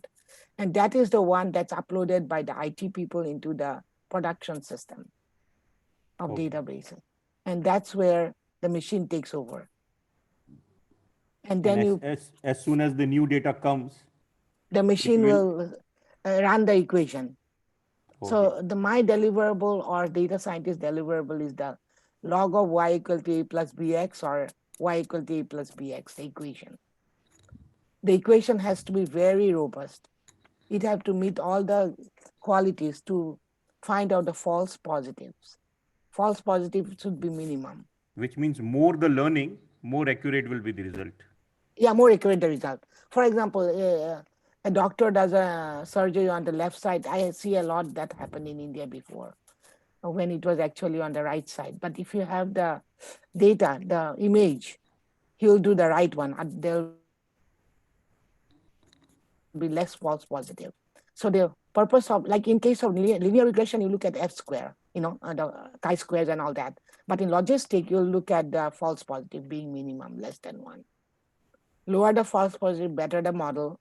So you put in more data, more variables, take it, take out. It takes about 3 months to develop a very solid model for Verizon. AT&T, they are the leaders in telecom, and all the gig companies, which we call MAGA, not Trump's MAGA, like the Amazon, Microsoft, Google, and Apple, they run on AT&T's infrastructure because of the internet. So our models are very robust. It has to be approved by FDA, and that's how we do it. And once it goes into the production system, whether it is in healthcare or any other field, that's when the machine takes over. So computer put more other data like, subjective data like web presence of Verizon, web presence of this, and then comes up with a, these are the customer that's going to leave, or these are the people that might be dying. So give them the ventilator, so on and so forth. So all these principles of mathematics like linear equation or the those are very important. All these are important for this. Very important. And that's where US is lagging behind right now, because last 20 years, I came here 1937. I didn't want to give my introduction because, Krishnan said very well. So the basics that we learn in India, which is the British method of learning math, that was the best. That's why India, when I came 37 years ago, in US, there was a dot buster. We couldn't, wear Indian clothes or Indian bindi. And people would ask me in Ohio, where there are very few Indians, like, oh, in India, they have snake jugglers and you pray to the mouse, because I always wear a Ganesh in my leg. Now the Indian mouse is controlling the whole world with their computing power and the basic mathematics that Ramanujan started, right? So that's the feel proud to be of Indian origin wherever in the world, I've been to Australia, New Zealand, China many times, Dubai, Egypt, except South America. I've actually learned from our vice chairman that those who eat ladyfinger are the brainiest people in the world. Ladyfinger is very good. It has protein in it. Oh, he's from Kerala? Yeah. Ladyfinger and coconut. Coconut is very good too. This is from my wife, madam. My son got 99 out of 100 in mathematics. So some teachers, they do ask her. So she always tells that you give more lady fingers, then, children will get more marks in mathematics. Yeah, yes. It's very good for everybody. people like vegetarian, they use a lot of ladyfinger here. But Sundar Saab, without ladyfinger, I got 98. Okay. So Americans ask me, what do Indians eat? You know, your kids are so brilliant. My daughter, she's a Harvard-trained doctor at New York Presbyterian. My son just graduated doing human-computer interface with a startup, fintech at Wall Street. And I say it's the haldi, ladyfinger, coconut oil, because you need some, fat for the brain to think better, right? So now I have a slide called the Korean data science. It was mostly done for US, but could be applied to rest of the world. We most of that time when you see the retail, people think of machine learning and Amazon because they buy things, they recommend the model.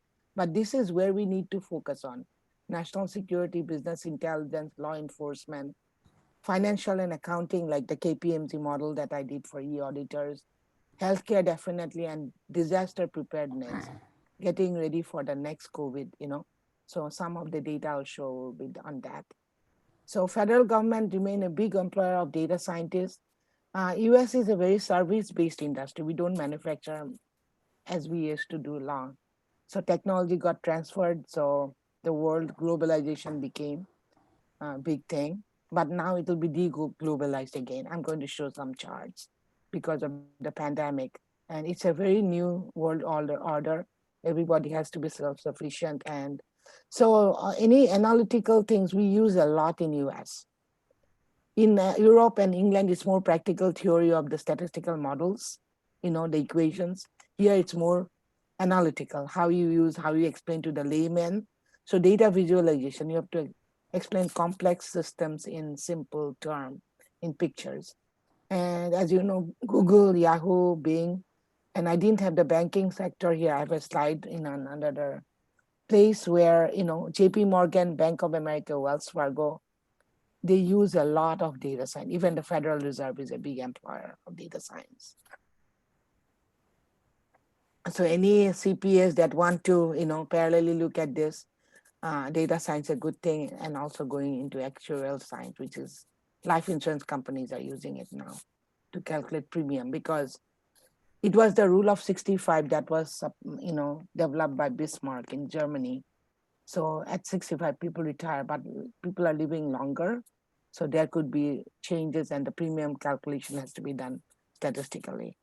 So thanks to my guru, my father was a very famous statistician.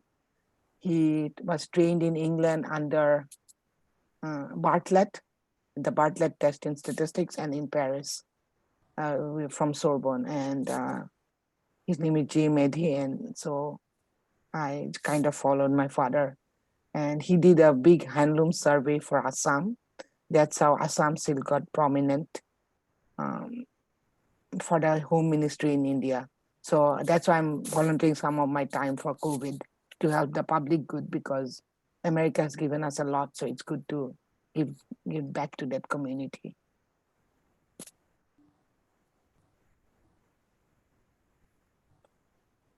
Okay.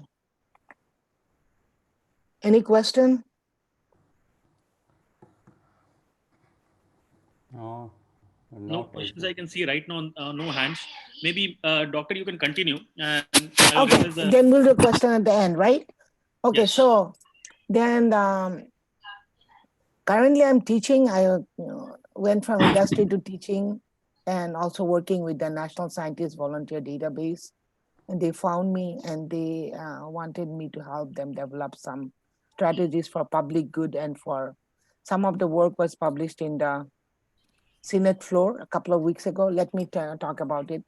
So I am teaching some of the online courses, and this is the curriculum for those who are interested in data science. Even this is the curriculum for the graduate program I taught at William Patterson, which is in every spring, and it will be online. So they teach, it's a master in applied business analytics under the Kotsaker School of Business, who was the CEO of E-Trade for e-trading. Okay, And let so, me interrupt here. Yes. When you talked about the learning, the machine learning and the data analytics, is this only meant for the people from the science background? or people from the commerce and the finance background can also take these courses? Everybody, humanities, science, commerce, as long as you know basic math, like, you know, what is a vector, what is a matrix, you know, Venn diagram. Some of the high school or pre-university or whatever, CBSE, right? Math, yeah. Because some people nowadays, a say lot that of if the you, programs are GUI, graphical user interface. You can point and click. As long as you understand the basic math and some stat, which, so there are different courses. This is the advanced level. I trained American businessmen and some of the like a lawyer who wanted to okay, be data enthusiasts. because some So people say that if you don't have knowledge of the coding yeah, and then all comes those the things. second one, which I was teaching, the intermediate here. Okay. So where you introduce data, the wonderful world of statistics, you know, which is very relevant now, because everything is based on statistics. So School maybe a little reopening. bit guidance from you that we accountants do all the accounting, we advises on the number. Yeah. From there, how can we switch to data science? For example, I gave you the example about the KPMG. The Yeah. auditors used to go to each company, 150 company, and do the auditing, right? Right. Sending a person is very expensive. So we developed the auditing tool, you know, econometric model, looking at country size, GDP, all the other things, you know. And then that was web-based. So they save money from sending people. Auditors sometimes have fraud. They write something self-reported, you know, but the model will give better prediction. So you can use that for auditing. So For probably you will ask for entire general ledger dump, and you will put into that software or the e-auditing tool, yes, and then it comes out. and then you get the Yeah. output, and then you can analyze that data. Yeah, and also for CPA and finance and planner, wealth management is a big thing. There's a model developed in Harvard. They use that here when you want to go talk to a wealth planner. And like for my own investments, they will show that model where whether you should put money in mutual fund or, you know, blue chip company and so on. And it's all about demographics, and the whole portfolio can be dumped. It's a Including famous past model. I can trend. talk to you offline. That would be Okay. very useful for CPAs. Yeah, in US we call it CPA. In fact, my CPA is Indian. He's from Indian Delhi School of Economics. Oh, He's in that's good. US, but So if you so can they use. share, if you can share the link or the literature, we can share with all our members to get the Okay, benefit. later on. Not Yeah. I didn't bring it here, but later No, on no, I no. can. Yeah, yeah, fine. Yeah. So there's a lot of opportunity. You can portfolio, develop different portfolio, segment your customer, then, you know, look at wealth management models. Most of the financial planners here, the CPAs, they use that. CFAs, they use the actual mathematical models to say how much you have to invest, where you go, where you're going to retire, and so on and so forth. Not just keep money in a bank, you know, or. Doctor, you want to continue with the slide, or we have a one question where one participant wants to ask a question? Should I continue? Sure, you can. Okay. How Then many slides you are all there? know about the AWS. AWS is a Amazon Web Service. Yes. It's a behemoth. It's conquering the world. So I thought I'll just talk about that little bit.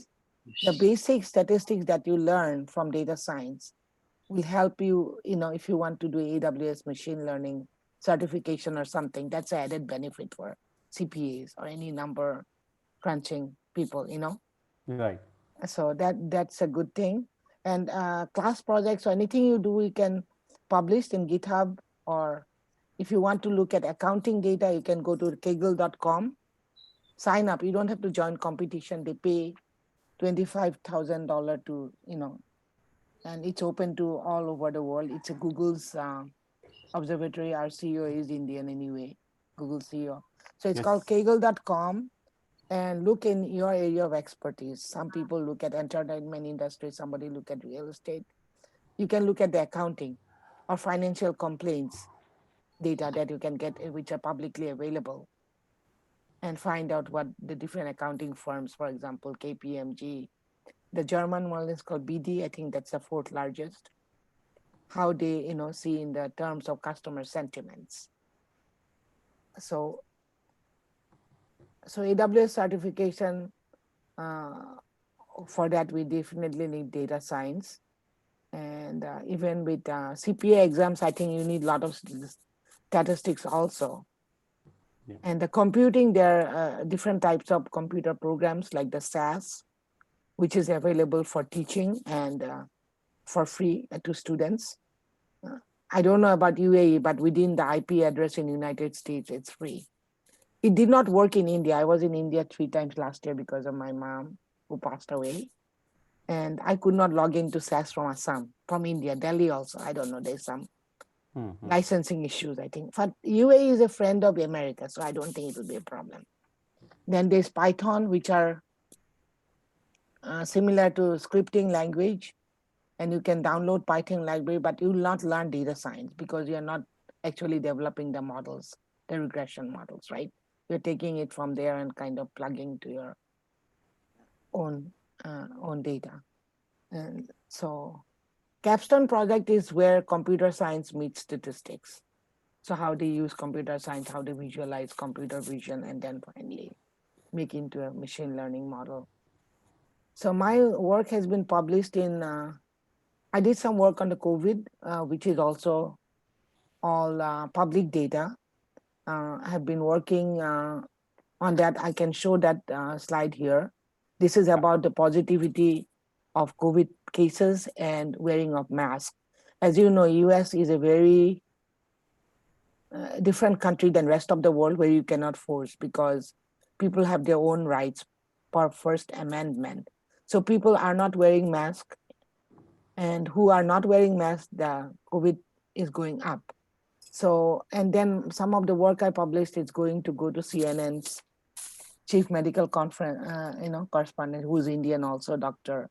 Sanjay Gupta, means American, born here. But so proud to be an Indian in the field of data science, Wow. And there's some other work in the ResearchGate where 3 paper has been published and people are looking at Hong Kong, Taiwan, people are looking at asking me some ideas. So I wanted to exit this because I want to show you some of this first. It's not the end, but the beginning. I just wrote, I didn't want to share much of the data because I don't know if they want us to get it out of the US. So I just put an executive summary, reopening of the economy of the world and how the public health, those are the 2 important sectors.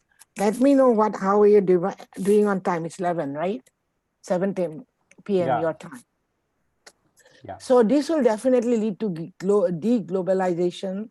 There will be supply chain disruption.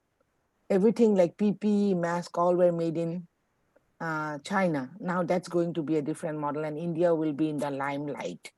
A lot of things will be coming from India. For example, the Air India flights are coming to New Jersey with Indian food, PPEs, and medical supplies, and even medicines, like generic medicines that are coming here and going back with people that are leaving, like students that want to go back to India.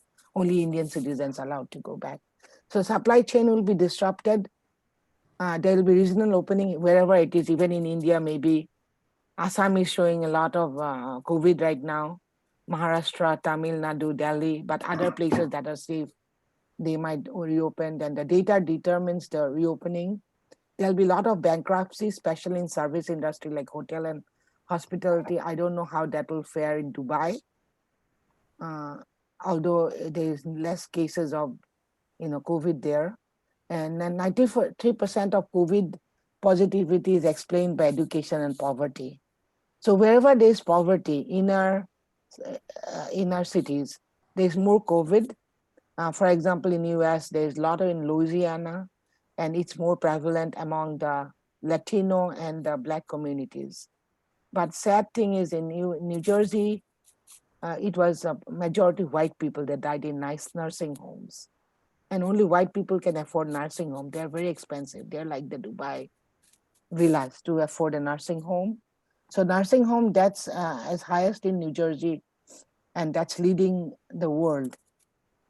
But everywhere else, it's education and poverty. More educated people they read the guidelines, the executive orders, and they stay within their thing. They Like, they read, so they will not eat like salad and all outside, which is very bad. Raw food is bad right now because there is renal swab that shows it goes into your stool. So any hole in the body can, react to COVID. So public health is a big thing. So we need community outreach. So for example, in India, everywhere, how to trigger that. Then there's other triggers. Then there are hotspots. So we have to look at geomaps, surveillance of temperature, which is well done in Dubai because they have the infrared red temperature thermometers to take the temperature when they arrive in the airport. Then augmentation, there should be more support for the data science community can help, and then public health and the hotels that are vacant should be turned into isolation ward. So there is a quarantine and isolation for people who are positive, and contacts tracing would be a big thing. So the two big things is wearing a mask and contact tracing. Otherwise, the economy will not open.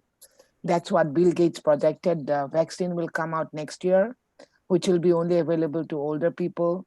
It's not very safe at the beginning. So the second generation that will come in 2022 will be available for school-going children. So school may not reopen. Right now, US is not reopening till January, as far as I know. And so online, everything, online teaching, online e-auditing, online work, is going, web-based service is going to foster. So here's the map of, everybody knows about this data. That's where we get the data. And here are the sites we download. So US is leading the world, then Brazil, then India. We have to do something for these three countries. Actually, I got requests from India, from Indian Institute of, what is that, medical science in Delhi. They have some data on comorbidity. So they want me to study diabetes, which is very prevalent among Indians, and see how that flared. In US, the death among Indians are very less, like maybe less than 5%. South Asian, I mean Bangladesh, India, and Pakistan. Our food is heavy in carbohydrates, so we have a lot of diabetes. But because of the food habit and personal hygiene, in US also, the people are asking why it's so less. And my husband delivered food that was served by the Indian restaurants, and the doctors, there's food shortage, including PPE and other things. And they really enjoyed the Indian food because it's cooked at 140 degree. There's no COVID. And so everything positive on that. And so death rate is very high across the world, and we have to do something. I'm working with a Princeton data scientist on Brazil. And if you have anybody to work with in Indian data, I'm going to look at it. I heard India government is producing a data website like the John Hopkins. I have to tap into that. So most Western, this is the one thing where we don't want to lead as a country. Very true. Yeah, I don't know. Trump and Modi are friends. They might want to be together. Who knows? Even in disaster recovery, right? That look quite dangerous, if we try to work on the data of India. Yeah. In India, I don't think there's enough testing, and a lot of people are not even, telling they had it. Here, they can contact immediately with the iPhone. iPhone has 42% market share, so they can trace the contact of the COVID patient, where he's going, GPS and all that. So some of the New York hospitals are doing that. That's why it's very well contained in New York, New Jersey. 33 states from US are not allowed to come to New York, New Jersey.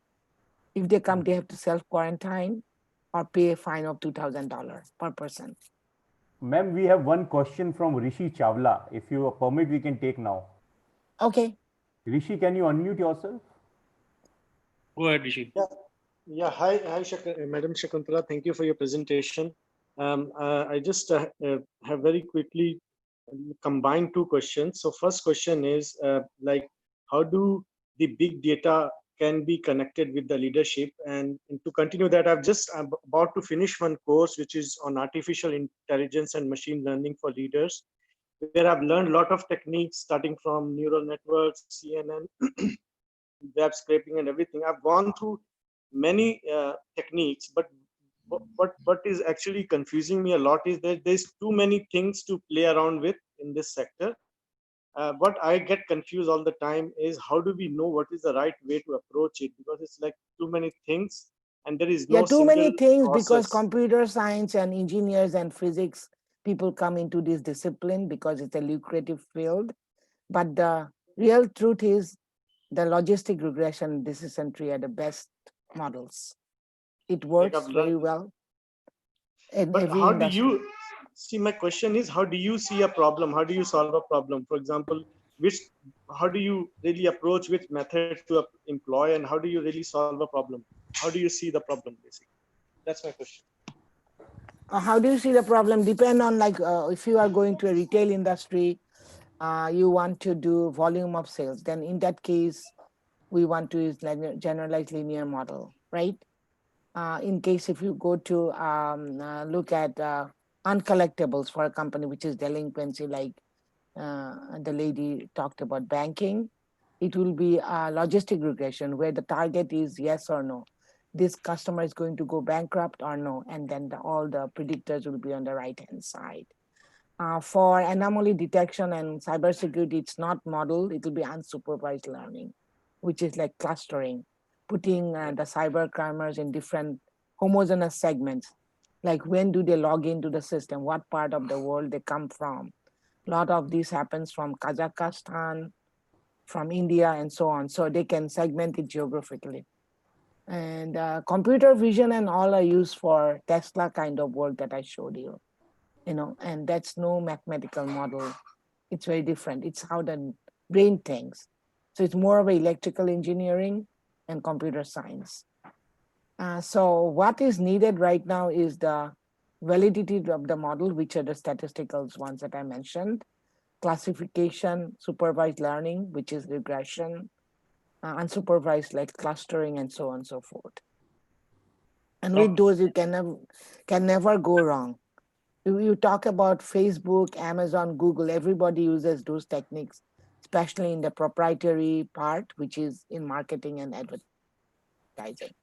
And they don't share the model through Python or anything to anybody in the world. That's how they are making profit. Doctor, we have more questions. And I'll show you some real example. Let me finish this one. Okay, we were talking about Western and European countries and Taiwan. Taiwan did it very well. They had the SARS. I was in China 8 times at that time. And one of the medicine, Tamiflu from Gilead Sciences helped me. Every time I went there, I had to take that. 15 years ago, China was not as what it was today in developed, so they didn't have the health infrastructure. Dubai is very advanced. I think I was there 13. We had all kind of, medicine, European, American. So it's very well contained in Dubai. But when you talk about Western world, Germany did a very good job. So did Sweden. These are countries that are not divided. In US, it's divided country by bipartisan, poor, rich, Republican, Democratic. So it's very hard to come out the message and contain this. And also all these countries where I showed you that are rising COVID cases, those are all led by men.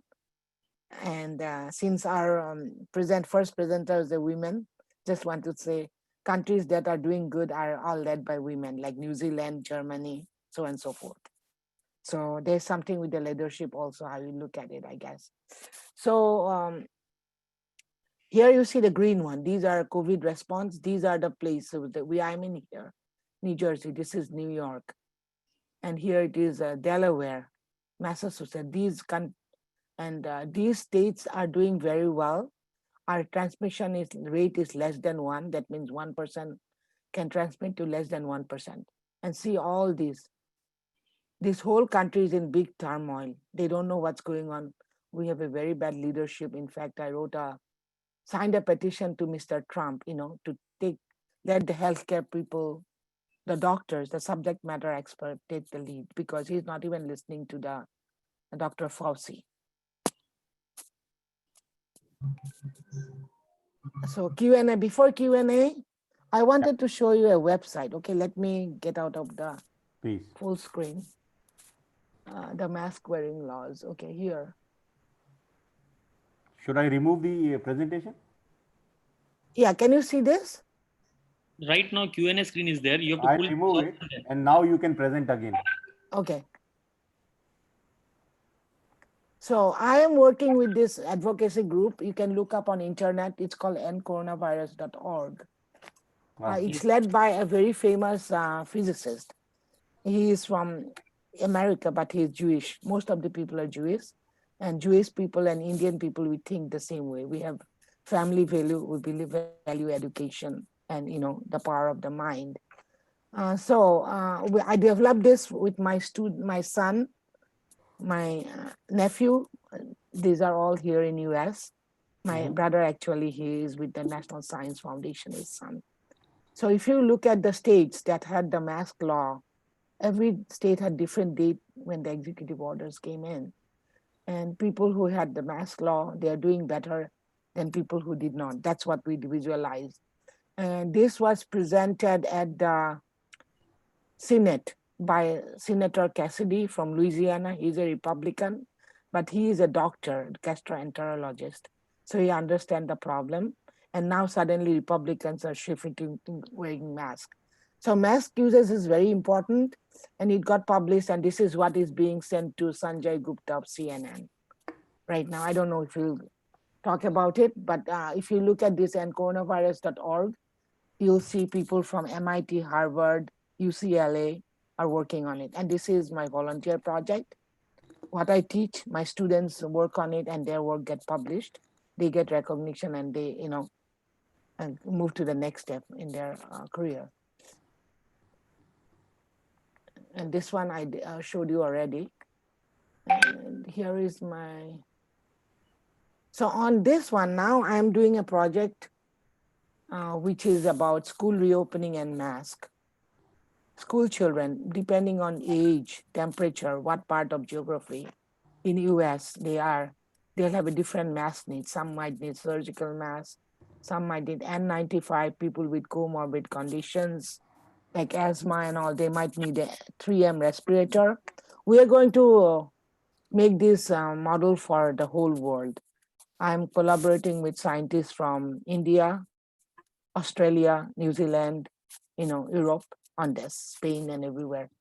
I don't have anybody from UAE. If anybody wants to volunteer, we can look at some other models like supply chain and all that helps with the accounting industry, because there's a lot of audit going on supply chain also.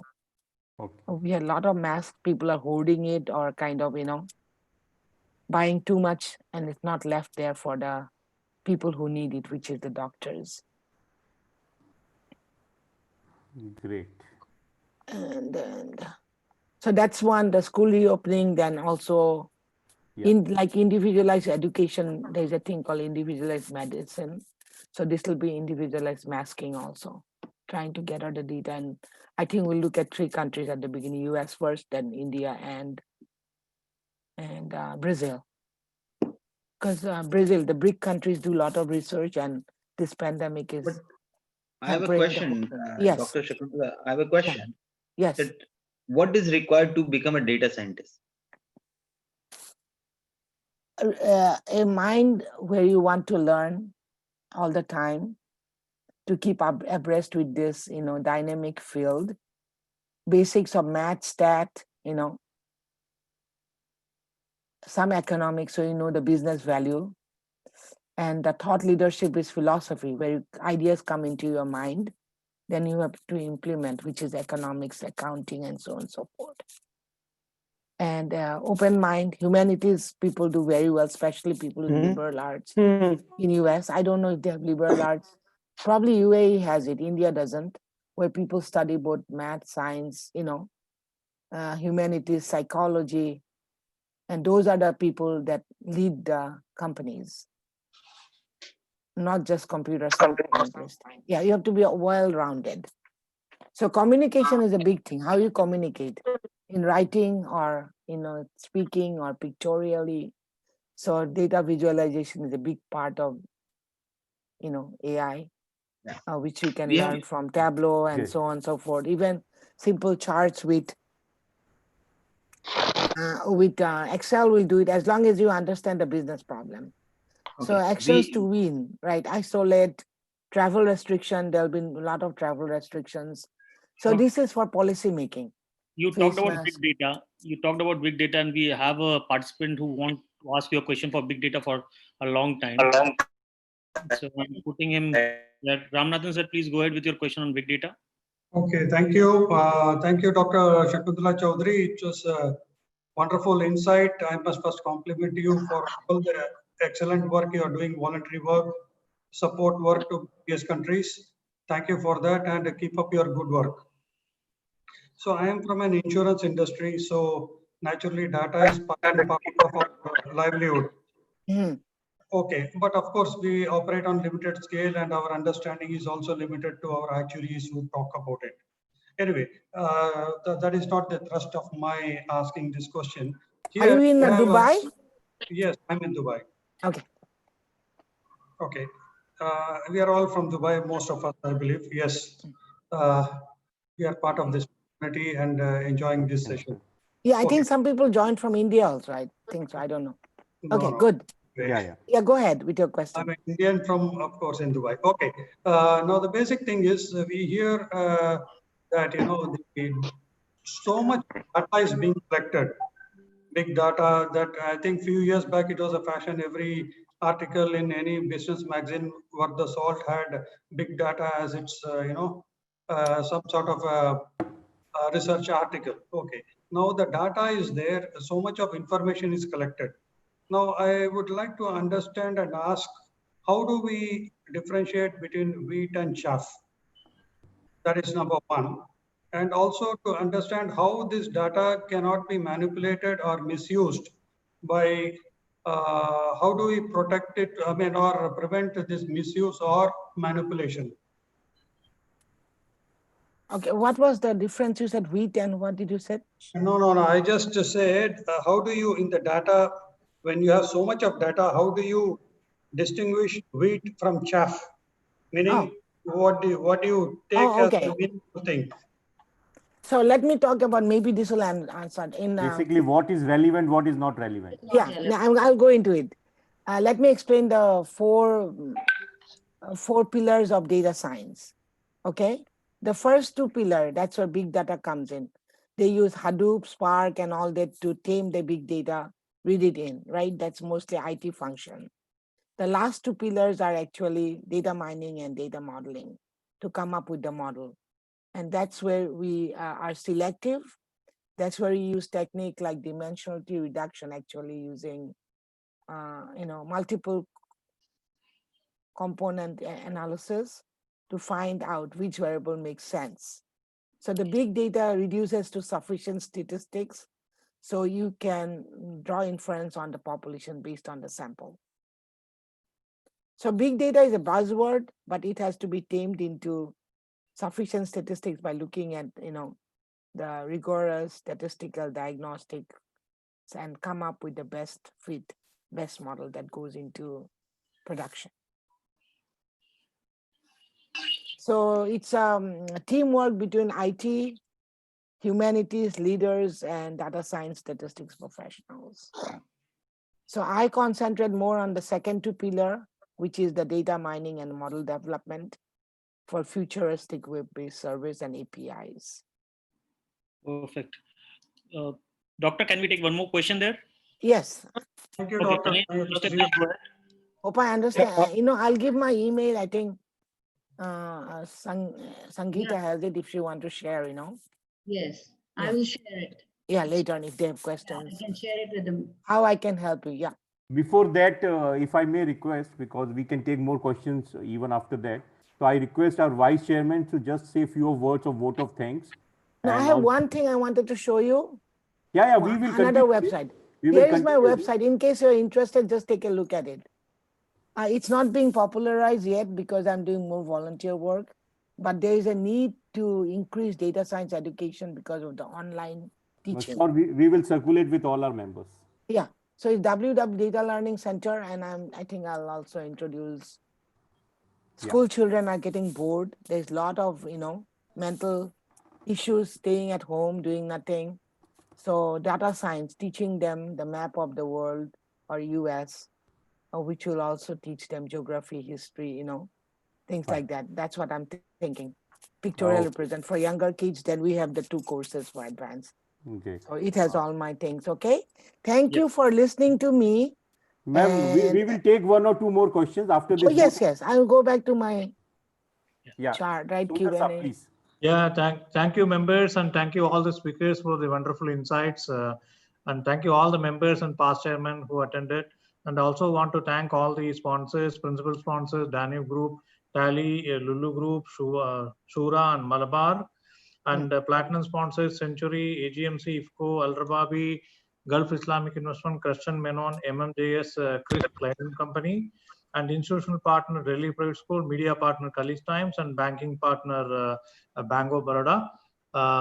And thanks to all the speakers and for the wonderful insights as well. Over to you, ma'am. Mr. Ganesh Vishwanathan. Yes, please go ahead with Hi, ma'am. It was a wonderful presentation. Just a quick question, right? With so much of data being collected, there is this argument on the other side that it involves a lot of data privacy issues. So much of people data is being shared with lots of big data companies. And one question which the previous gentleman also asked, that it could be misused. There are these allegations which we keep seeing that much of the data is being used by Chinese at this point of time. Of course, there is lots of regulations around it. Facebook, Google, etc. are sitting in front of the senator and trying to say what they do with the data, etc. So what is your view from an ethics point of view as to how can we overcome this? And is there any regulation which is being looked at, since you are in the US where lots of data consumption happen? How is that market supposed to look like going forward with so much of allegations against the big companies which collect data comes up from? Yeah, I can tell my opinion, my 2 cents worth on that. Data monetization. Everybody wants to monetize from the data they collect. That's becoming a new trend. I'll share an article about that. But for our teaching purposes, I don't use any of the company data. I'm using it from githubcable.com, where you can find accounting data and so on, to work with. So it's not something from BD or KPMG or, other companies. Let's see here. And, 1 second, I'm going to see if I can share this. There was an article, I think.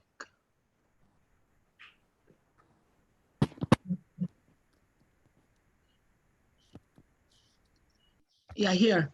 Maybe I don't know if I can answer all the question on that data monetization, but you can note this article and read it.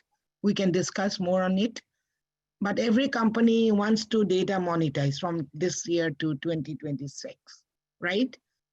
For purpose of our presentation for school and teaching and public health, I'm using all data that is publicly available. So maybe this report, if you want to take a look at it, might be something useful that you can think about. Can you see the screen? Nothing on the screen as per se. Can you see it or no? No, not on the screen. No. Not on the But screen. you can share with us, we will share with them.